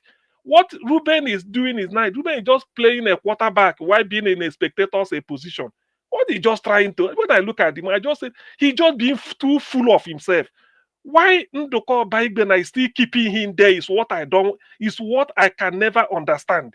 Why Ruben is still earning a living from an establishment of an Igbo man is what I can never understand. Let him pay for what he said with his job. Let him get out. Whether they prosecute him or not, but tomorrow Abati has been sacked. Dismiss him on air. Let him get out. Nigeria is trying to heal. Now we are hunger, poverty capital of the world. We are trying how best to heal Nigeria than to get a man like Peter Obi. So, okay, even if you are agreed for 2 years, even if you go down 2 years in history, people will say yes. A man with such a record that Abati is trying to rubbish, he should get out there. Look at the way he sits. In the end, Obaigben and Igbo man will pay him salary. For what? Who has ever done that? Who has ever done it? No mind that man. Can Abati have an establishment as a Yoruba and they employ an Igbo man to be in that position without sacking him? Obaigben should sack Ruben Abati immediately within 24 hours. He should get out from there. He's anti-Nigerian. Look at what is more Nigerian youths. You see, the problem Nigerians are making is this. They forgot that the generation that fought the Civil War, because they refuse to hand over power, God is taking them one after the other. They are now dying. Natural death. The youths are evolving. These are digital youths with a whole world on their palm called what is it called? A cellular phone. They cannot know. So when you are telling them this, they say, everywhere is developing except us. Look at Burkina Faso. Can you believe that a Burkina Faso president called Kemi Badenoch to order as an African? This is the spirit Peter B want to bring in, and the Abati is there earning salary from an Igbo man. God to sack him. Dear doctor, you see, Abati has finally won the regalia of tribal bigotry, tribal idiocy. He has comfortably wore it. So when we give him a name as a tribal bigot, it has confirmed it, and it has confirmed that when he was locked up in that jail that VDM showed, it has also confirmed it that he can sell his family for a peanut. It has also confirmed that he's a corrupt bigot. That is why he was That is why he partook of that money that was shared by political Yeah, bigot too. he That is why did. they threw him into jail and he was celebrating his jail. How can you be inciting the North? That if the North is, because the North is not happy with Tinubu, how can they be happy with Igbo? Can you imagine? Then then where do we go from here? An Englishman always, I will say, where do we go? Okay, but I take your word. The North is not happy with Tinubu, and then they can't be happy with Igbo. And he will be the one to say the country is indivisible. He will be preaching that word to you. Exactly. Then where do we go? Where does it leave Nigeria? The North is not happy with Tinubu. They are dumping Tinubu. So how can they go and take Igbo? Civil war hasn't ended. Where do we then go? When Nnamdi Kanu said, I want my Biafra, let me go. Anybody, if you want to go your own, they said, no. He's dividing the country. What is more divisive than this type of rhetoric? He is there tomorrow. This is August. He must have taken July salary. Ndoko Baibena will be paying him salary, an Igbo man, and talking nonsense like this on us. See, Oga CM, don't worry. He will pay for what he has spoken today. He will pay for that. With his job. He can get job anywhere. I know they can employ him, but he must get out of Arise. It's unbecoming.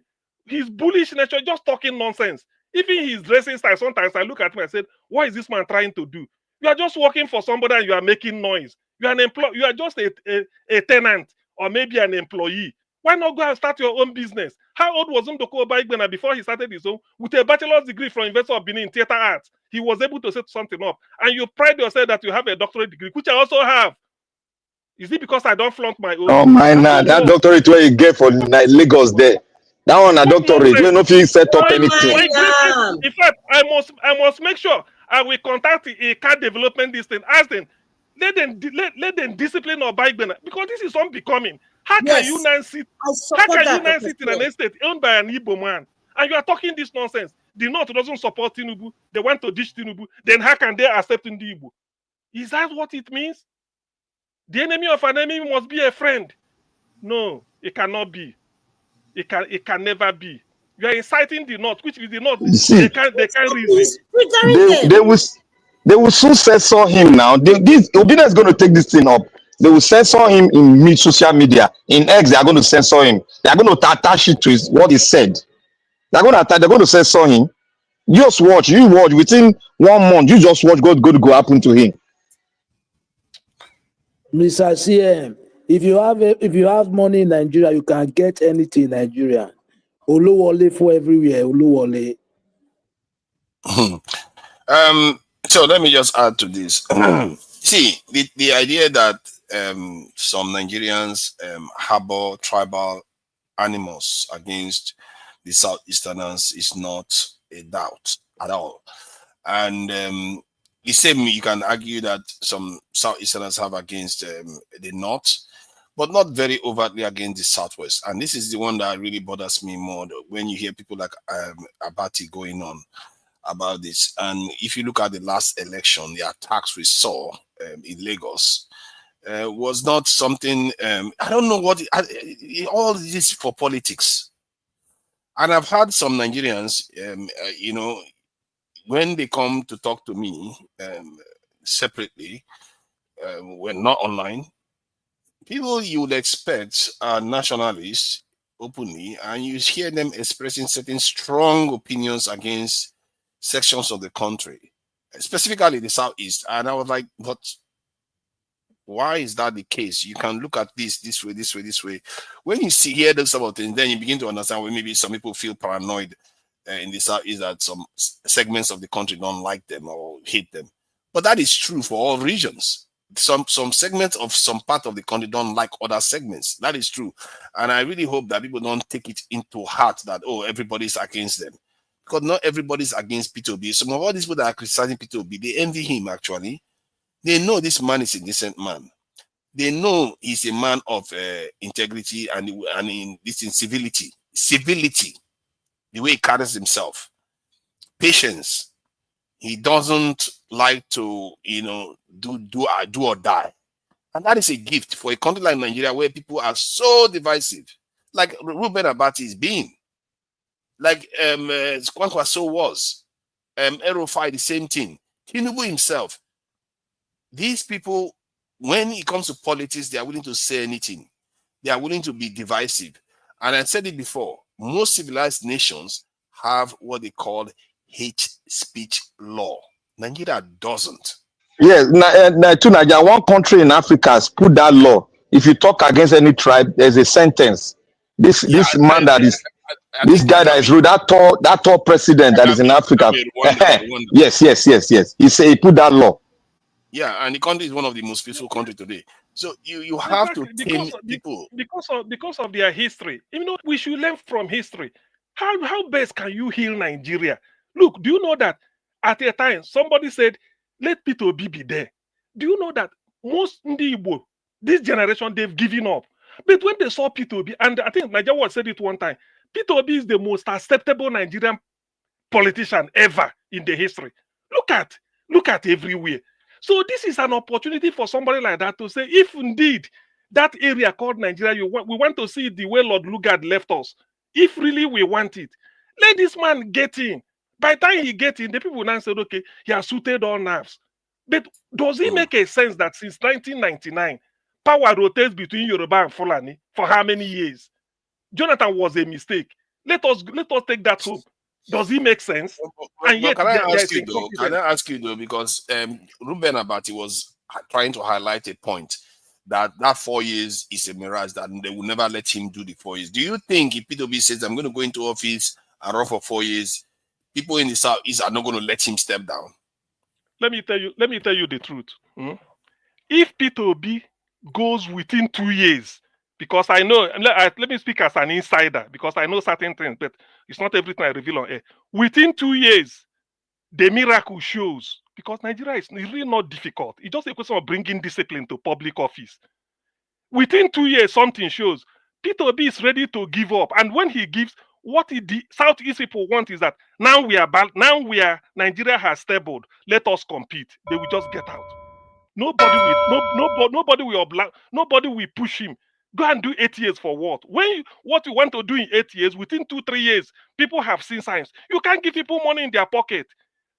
Maintain discipline in public service. Cut down the cost of governance, and there is money. Tackle electricity that you said.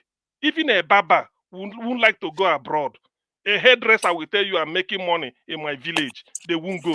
There are things to do. I think that is to be expected, because people trust. Naija Watch, I hope you saw that video that I sent to you when Shagari was campaigning in Lagos, downtown Lagos. I sent you that video. Please, if you can edit that video and play it, I think Nigerian youth will learn a lot from that video. Just a couple of 3 minutes video of campaign. I think the reason why they are all shaking in their boots now is that they are worried that Peter Obi is going to get the ticket one way or the other, and he may get a substantial northerner backing him. And if that happens, the current administration could be in trouble, because the current administration has clearly alienated almost every section of this country other than the Southwest. Even if all the Southern governors are jumping ship and joining APC, it doesn't mean that it's going to translate into votes, especially when it comes to a presidential election. That's what they are worried about. And if Kwankwaso, that I was worried that is going to be on the side of APC, is sounding negative about the current government in such a divisive way, it means that they don't have Kwankwaso. They don't have him. Even if they are pretending as if they do, they don't have him. So, and if they don't have him, Kwankwaso is still a deciding factor in this election. No matter how you push it, it's still a deciding factor. If Kwankwaso joins, let's say somebody like Peter Obi as running mate or supports him, then it's over now for this government. Now it's over. That's Kanu we are talking about. Massive state. It's over, and the Southeast, we know where it's going to go. The South, we know where it's going to go. So one of the major states in the North goes that way, and let's say with the backing and blessing of Atiku, it's over. The question you have to ask yourself is: these opposition party people, are they hungry enough to remove this government from office? This is the crazy thing. You would think they are hungry enough, but I'm not so sure. The way they are behaving right now, they are barely even opposing the government. I agree with you. They're hungry enough, and Nigeria is hungry enough to change the status quo. We cannot speak on these people now yet, because it's just barely 1 month. And you know, Nigerian politicians, they are very schemish. We cannot talk on it right now. We only can look at the way they are moving. They will try to put us in different angle, but they don't want the enemy to see what they are doing. So on that ground, we cannot really ascertain that yes, they are doing something wrong, they are doing something right. We know God knows what is going on. It's only Agbado that knows. But you should start by now. You should be seeing signs that they are really, really strongly against this government. Like if election now 2 years old, 2 years old. Yes, when Now don't Jonathan was in forget. office, your position to Jonathan was very stiff. You know, and these people, they think like they have the luxury to be divided. They don't have the luxury to be divided. It's not really a matter of them being divided. What they are afraid of is the type of man who is coming. He's not a military man in terms of making a noise or violence, but he's going to stop this looting. That is what P2B is after. Cut the cost of governance and stop wealth without enterprise. That is what they don't want. That is just the thing. And go after previous looters.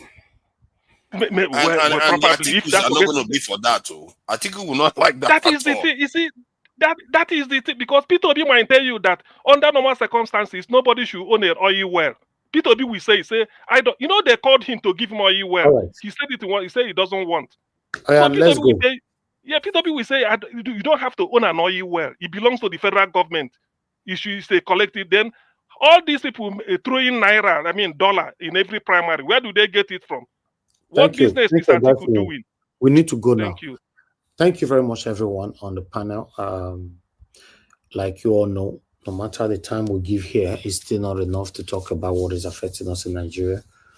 We still need to demarcate it and continue again from where we stopped today, tomorrow. I appreciate every one of you, my wonderful people. Now God bless you now. Thank you so much, Madam Rita. Thank you, Mama Esho. Thank you, Mr. Oduwa, to Niger. Thank you, Mr. Jonathan. Thank you, Black Panther. Thank you, Abdul Malik. Thank you, Augustine, for coming in. I appreciate you.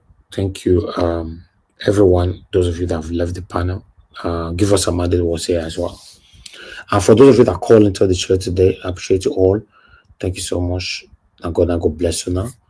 And those of you that supported the channel today, I'd like to appreciate you. Re-echo your names again. Stephanie Ojek, Mr. Joseph Oji, a couple of times. Madam Ijedima, Oscar, thank you. I appreciate you. Thank you, Kings Dogerahi. And Alex Adopi King, you super chatted us. Thank you very much, sir, because of your text. Said, I agree the house. Please don't let the tribal bigot Abati distract us from making sure Peter Obi become president of the Nigeria 2027. Nigeria must work. Yes, and I like this energy. We all need to follow in the energy. We cannot be easily distracted. We cannot be easily giving up just because of one person says something. At the end of the day, we say, okay, I'm glad the thing of the time. No, we should. Although everybody feel like that sometimes, even myself, but still, we need to understand that this is the strategy. This is the satanic strategy. They want to distract you. They want to kill your effort and all that. And what Abati did today, normally, if Nigeria was to be a country that is working, Abati should be removed instantly from our rise. In fact, permanently should be removed and sacked. Yes. But what do I know? This is Nigeria where not just the politicians that are embracing satanism, the citizens are doing the same thing. You see, we're talking about Abati today. Nobody is quarreling. When I hear say anybody don't quarrel for this panel since, nobody's quarreling. But let's assume we're talking about one's principal. Problem don't come. So that's why we find ourselves here. Just imagine I was talking about Basaki yesterday. You see, you guys, you saw what happened. So now tell me, how do you want us to change the narrative then? If we are being selective in calling out the people that have caused us the pains that you and I are facing today. We're selective. It's just like Oga seeing him now. Because seeing my brother, if people calling him out for wrongdoing tomorrow, I will not bypass. I might even because of him not come broadcast that day at all, just to protect him. It shouldn't be like that. Oga CM should feel the pain, feel the heat that I'm against his wrongdoing so that he cannot do it again tomorrow. That's how it should be, including myself speaking right now. The day you will know that, yes, I'm not affiliating or aligning or doing one or two things with satanic politicians, you have to call me out. Don't call me privately. Because you call me privately, there's every reason that I will, we'll have some peace talking and all that. Oh, my brother, no worry, I'm not going to do them again and all that. No, on the public. That's your day. So they say, oh yeah, Mr. B, give your 8 minutes of submission. Use your 8 minutes submission to talk about me. As long as you have facts. We can only throw you out if what you are saying, you just want to, brand us forcefully. Why not? If na my mama, no call me privately, your companion, or call into the show like Mother Deborah they call. Say, Mr. Elvis, I want to complain your mama to you. Now, so we do 1 or 2 money transaction. Why not? Listen, somebody actually accused me a couple of days ago that, oh, you are fighting politicians, you are a hypocrite, your papa na politician. I don't reply the person anyway, but still, in case you are listening, I want to tell you, me, I dey live my life. My papa don't live a life, right? So I will like you to judge me by me. Not be waiting my papa do, my mama do, my brother do. No, I'm living my life, building my life the same way I'm building my own children to align with my own step or rather footprints. If they carry your papa, but you say my papa and all that. And if you know you also have anything against my father, why not? Come inside this panel, come talk him. Me, myself, maybe I don't know. I want to know. I just want Nigeria to be better. If I was aligning with my father's party, I should be with PDP. Why should I be supporting Peter Obi, who is in Labour Party? I kicked against PDP and APC in 2023, right? Yes, I did. I'm not here for any party anyway. I'm not even here for Labour Party. I'm just following Peter Obi. So if Peter Obi move again to another party tomorrow, I deal with Peter Obi. The only reason why I will stop following Peter Obi, now when Peter Obi decides to deputize any satanic person or anybody, any human being, I'm not following Peter Obi for him to be a vice to anybody. If, for example, that happens, when I go to hear basketballs from my mouth for here, I believe so many of you call the verse inside your house. Oh, Nigeria was not fair like Peter Obi. It was just because you guys are good with things like that. But you forget the time I thought they are now saying in advance, say, I cannot take this. I know what I believe on. You can't change that. Even though I know my principal cannot reduce and say, Peter Obi no fit do am. Peter Obi no say he no even get himself again. There are people who get Peter Obi. 90% of Nigerians, or make I not to exaggerate, 70% of Nigerians now get Peter Obi. So I want to wake up, you take decision without not carrying us along. It's impossible. You don't go too far. You don't go too far. Exactly. You can't do it. So you have to carry us along. So for that, I'm not even scared. Say, I'll wake up in the morning, I'll see headline. Say my principal is not deputizing. Deputizing who? Now God, they punish the person in advance. How? It's impossible now. For Peter Obi to deputize anybody, go resign. Just resign. Resign with pride. We'll manage ourselves like this. You resign, say, I can't do anymore. Deputize who? It's impossible. I appreciate you all, my people. We've come to the end of this broadcast. Now, God bless you now. Help us to press on the like and help us to share. Thank you very much, Mommy. Mother for all Mom diaspora. I appreciate you always, Mommy. I appreciate you, my brother Abu Azi. Thanks for all that you do. Thanks for being there always. Mother Peg Modi, thank you very much, ma. I appreciate you always. Oscar Blackburn, thank you very much. I appreciate you. Thanks for all that you do. Thanks for the super chat earlier on. Love Maduka, thank you very much. Ikechukwu, Oyendika, my brother, I can see you. Thank you very much. God bless you all. Guys, before you go, just help us to press on the like button, help us to share. Take our voices back far. Wabo Felix, I can see you right there as well. We've come to this to the end of this broadcast. Endeavor to join us again tomorrow by 7 p.m.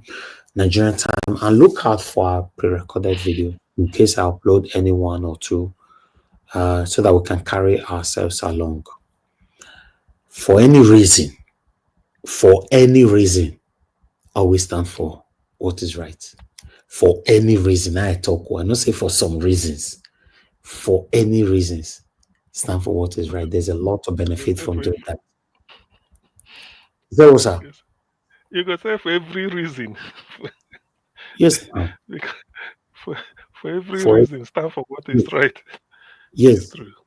Yes, for every reason. You know, because I cannot exempt anyone. Stand for what is right. Guess what? You will rejoice. And bet you will rejoice by standing for what is right.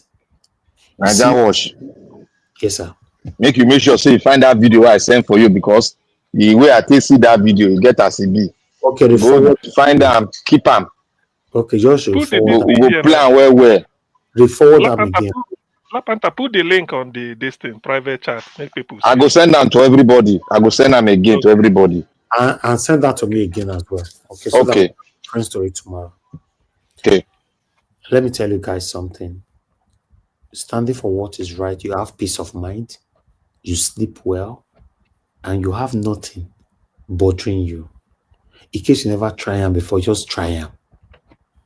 Even your papa go they fear you, your mama go they fear you, everybody go they fear you. Say, Mona, not let her know this one, no. And I know how it be. I'm telling you. Some people might think that I just come on air to deceive people or whatever. But listen, you need to know me. You see the way I did UK, are you aware that since I came to UK, I never see one friend? UK where I don't do for over 3 decades. I never see one friend. I don't say 2. I never see one friend say how far I dare around make we see.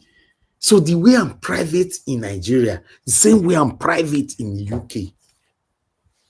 You know me say anybody say I better pass anybody or you better pass me. I'm telling you that there is a lot of peace of mind in living your life how you want to live it, especially in a good way. I'm telling you.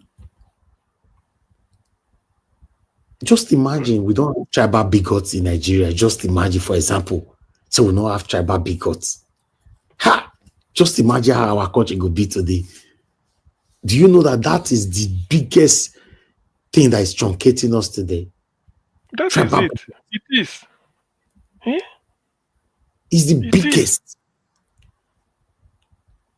I don't like this one. You know they speak my language, then you are in trouble. Tribalism is not there when their children, when the elite children are marrying, or forget, or does not exist. So it's something that is artificially planted.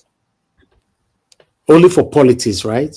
Yes, when their children are married, forget tribalism. They intermarry each other. Igbo will marry Yoruba, Yoruba will marry Hausa. No, not only for politics. So if you define work, if you do, in short, now the life, the settle of life in Nigeria, and life. Tribalism is life for Nigeria. Alliance for one common goal. Do you know that? They don't talk about tribalism. Margarita, do you know that there is this place we normally go to watch football in Lekki? Is only for the celebrities, or rather, let me say for the big people. But it's only for football, like every Saturday or Sundays when the football fall put. Most especially for when they go on big matches. Maybe Arsenal playing with Manchester, Man City, Chelsea, Tottenham, or any big team, Real Madrid, Barcelona. So it must be 2 big teams. Do you know how we take they jump on each other, they embrace each other if we score goal? We know they remember where we come from again. Even when they jump on each other's. You are taking it too far. Is it not Nigerians that won a Nations Cup, women this thing, the 10th time? Look at the way they were splashing money on them and everything. Then the same thing with the Tigress. Is it basketball? Who cares? The made up of the team. Some are molecular biologists doing research, playing. Some are playing in Dr. games. CM, Nigeria Watch. You know, whenever Nigeria selects from every tribe, go play competition, at that time they win. My brother.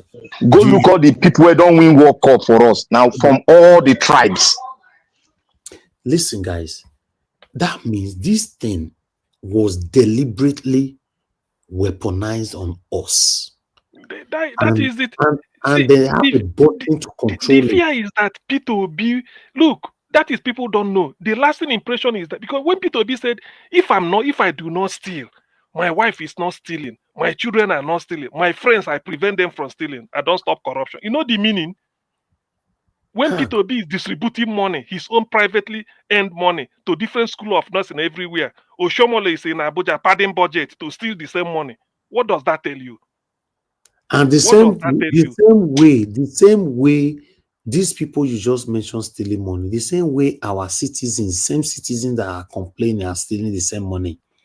There's something there. Exactly. You see, listen, Nigeria Watch. Let me tell you, if you want to change a system, when the driver of that system is changing, it will influence a lot. Why people go into office to steal is because it's been in our DNA.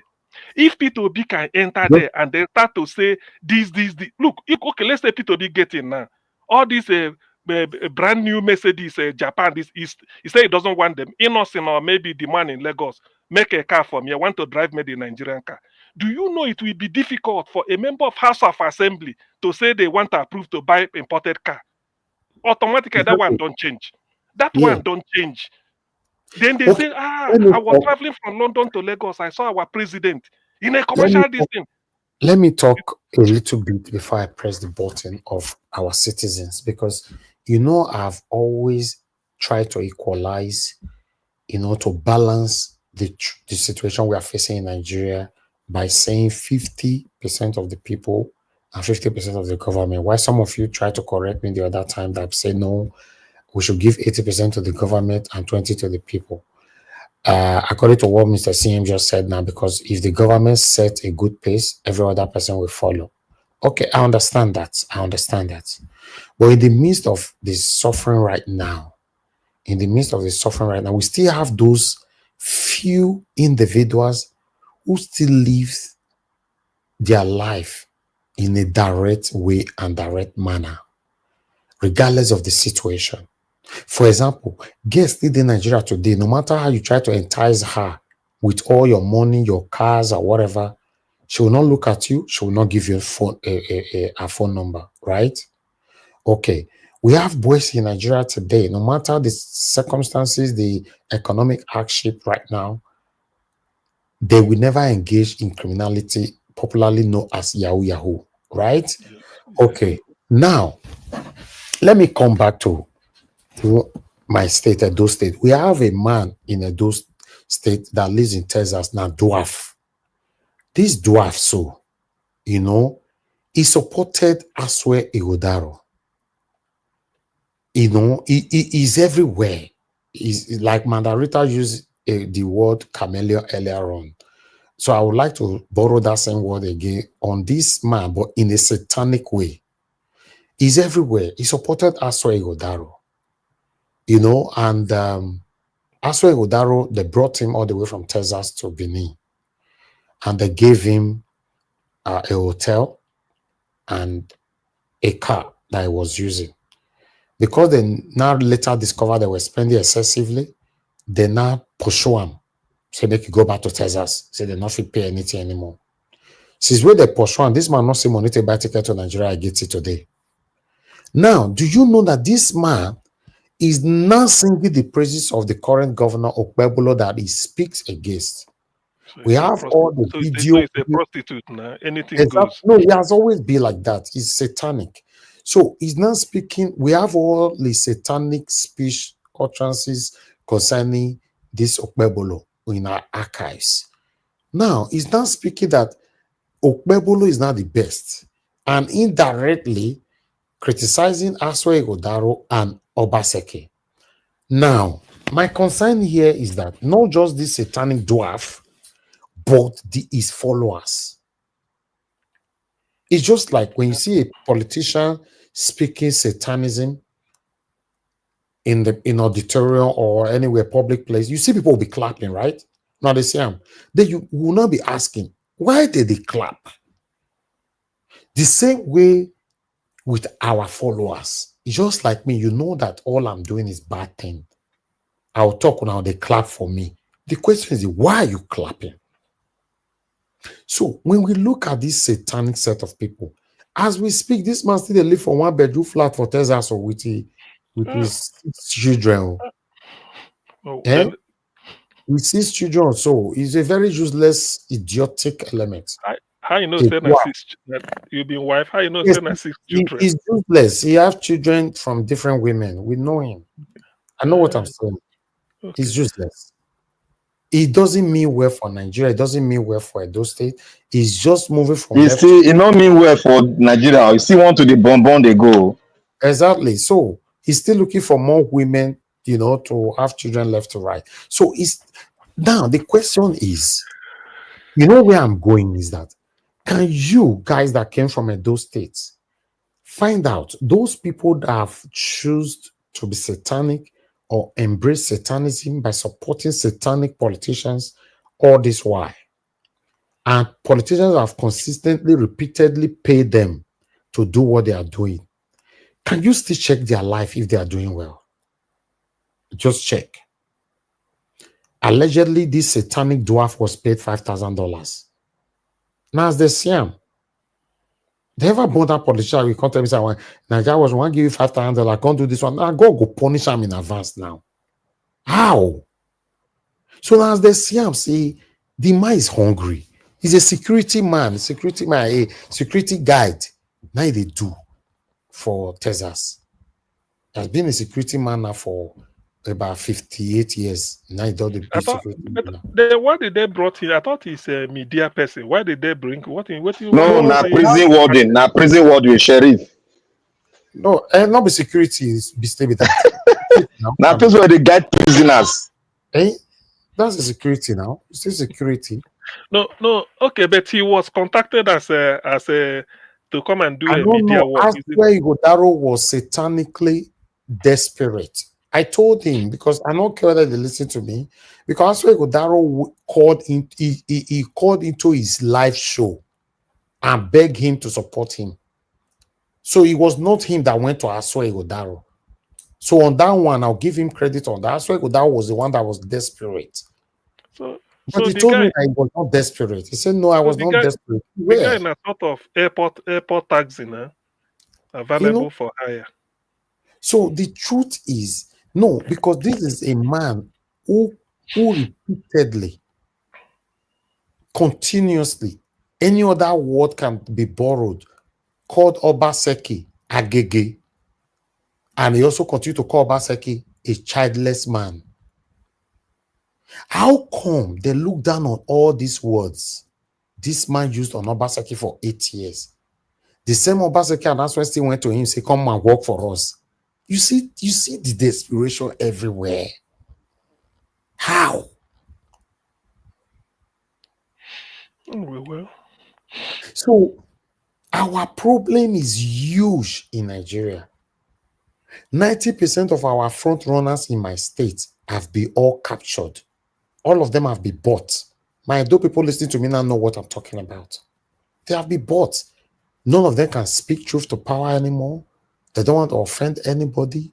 Some of them reach out to me privately. Oh, Nigeria was now you go fit talk for this thing. I beg you help me talk about this thing.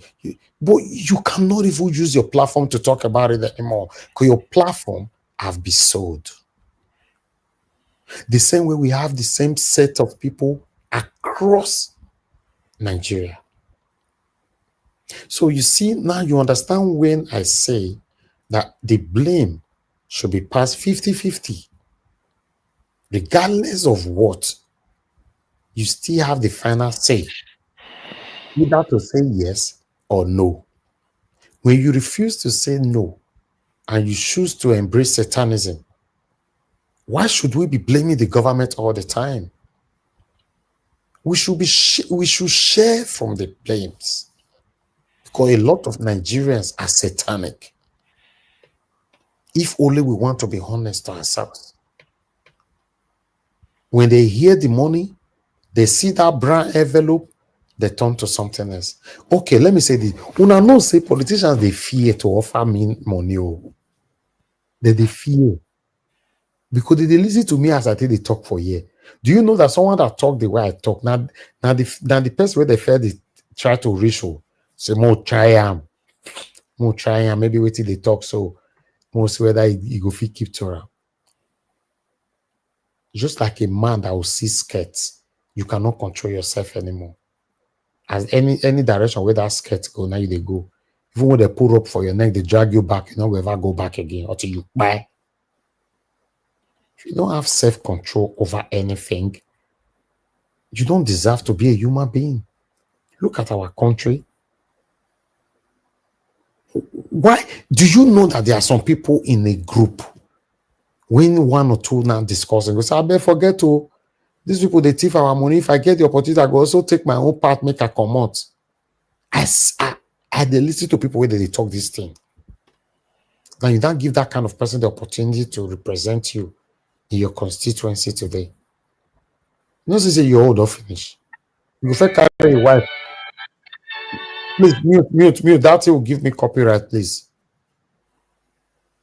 You know, see that. You know, see those people now. They'll carry if their wife in Nigeria, they'll carry and go Canada. Because on their Mandarita house for that side, for Canada, that's another politician. They carry their wife and children. My house, so I beg you. Now they're free now. They know say they get somebody here. It's not my house, so is this one bush? You see that bush where they gather where Basaki gather? It's not my house, I beg. No, but they say that bush where Basaki did. They say if you turn left, your window, you're dead there now.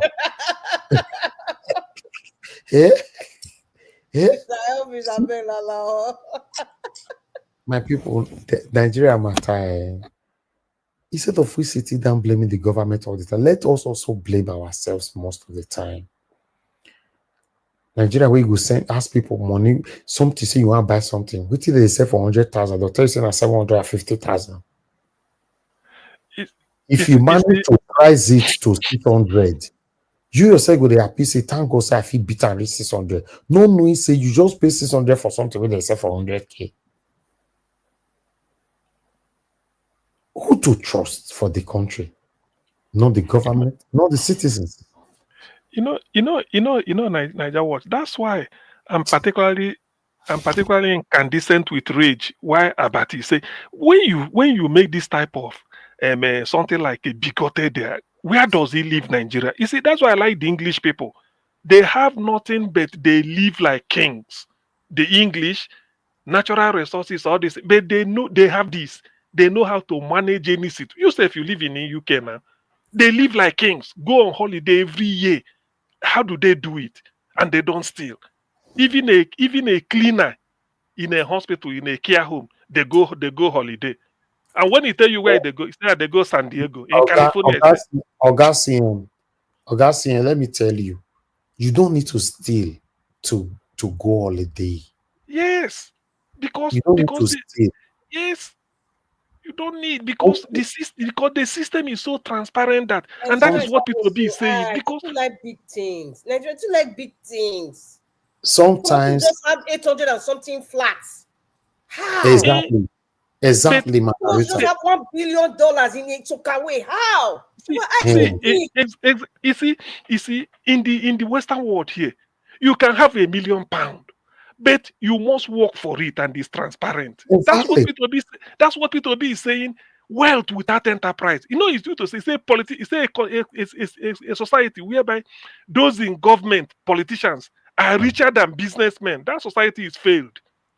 See, that is the thing. For what you talk just now, because sometimes I just want to keep my privacy to myself, even though I'm in the UK. I the UK now.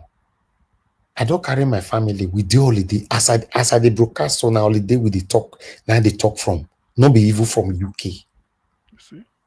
So to go holiday, is it a big deal? Must you still to go for holiday? You don't need to.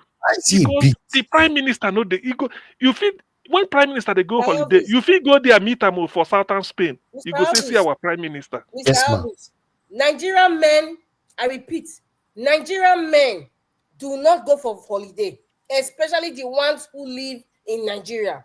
They have the resources, they have the money. They just use it for bragging rights to say, I sent my daughter to Canada to school.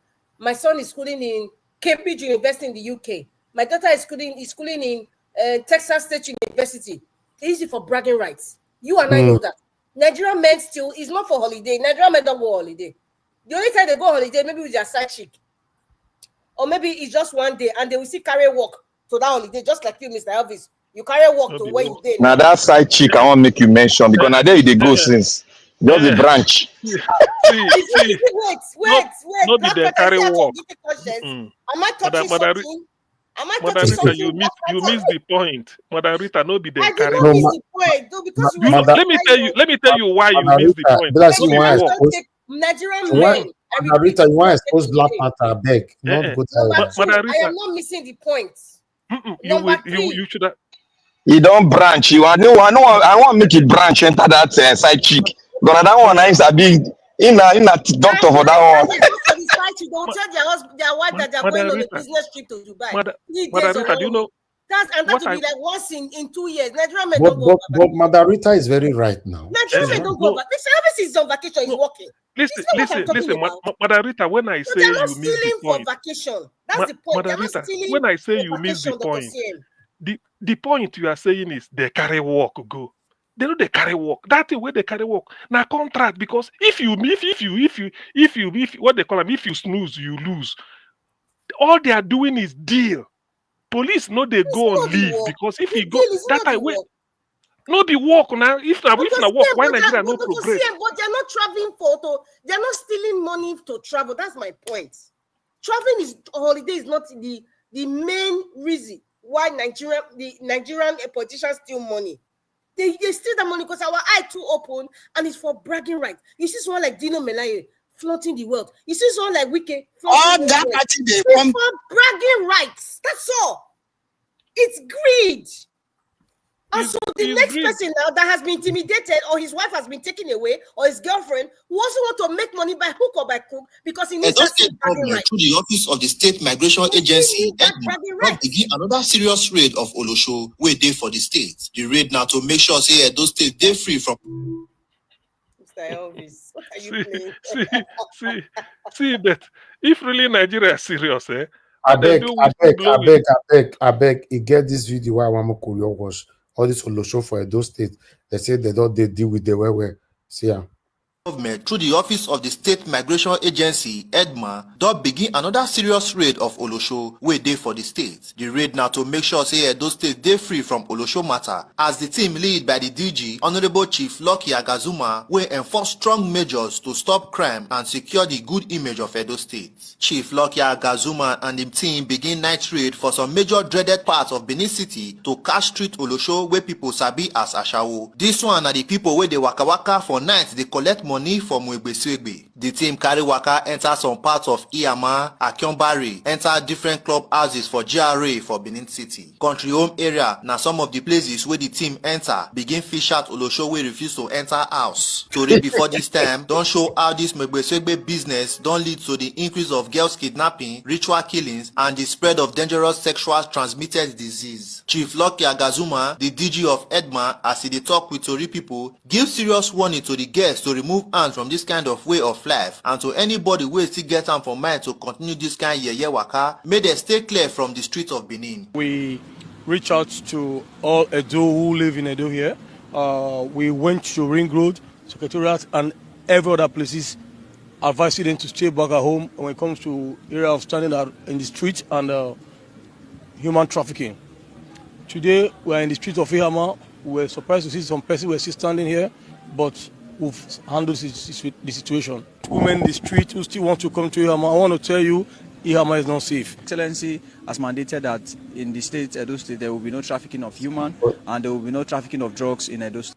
This boy with the talk, so this guy got the Carol show. Look him out. This guy the Carol show. So we are so happy that we are here to perform the duties that His Excellency has mandated us to do. Strong investigation shows say most of the Olosho come from other states of Nigeria, places like Anambra, Delta, Owerri, Cross River, and the rest. The agency don vow say they go continue the raid until they sure say they remove the Olosho where they come from other places. They give the state bad name. Lucky Eigimeto, GTV News. So now those state be quota now.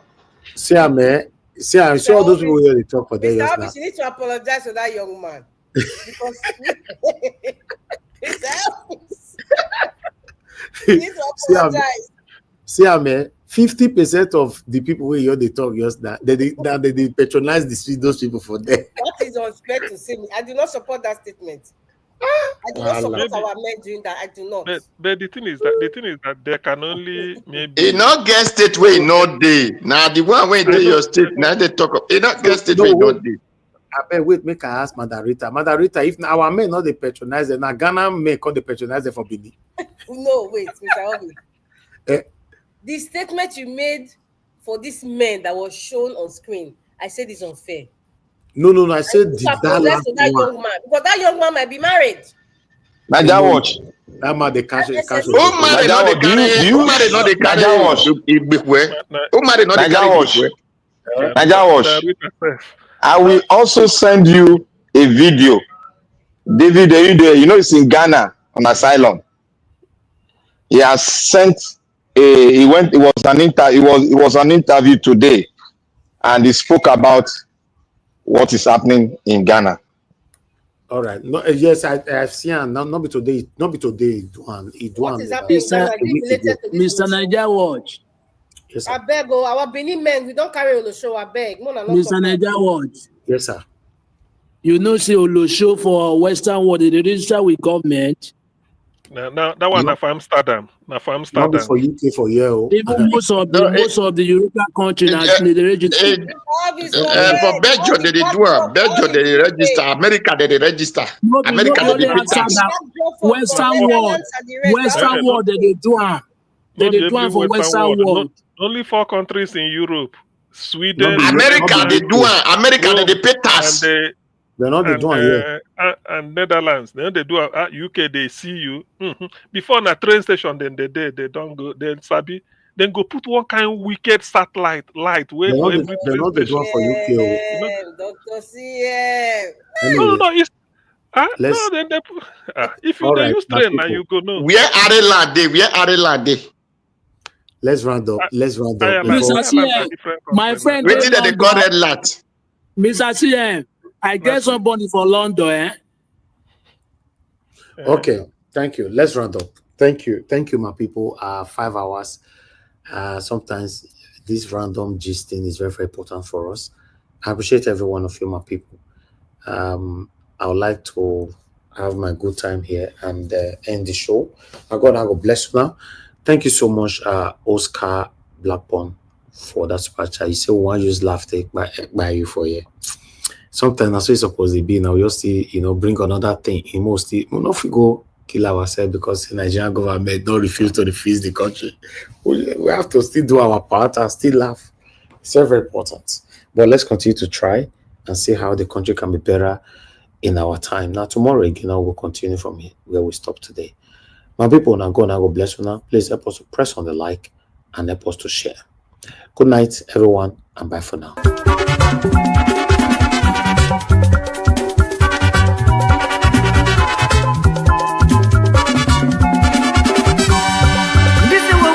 In this world, all of us today in motion. Everybody there in motion. Moving to our various stations. As we there in motion, make we do good to ourselves, yo. Make we do good to our neighbor. Before we reach our station, every walk gets paid. Every walk gets paid. Every walk gets paid.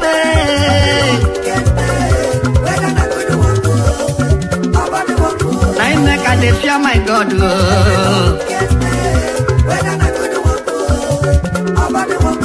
I make a fear my maker.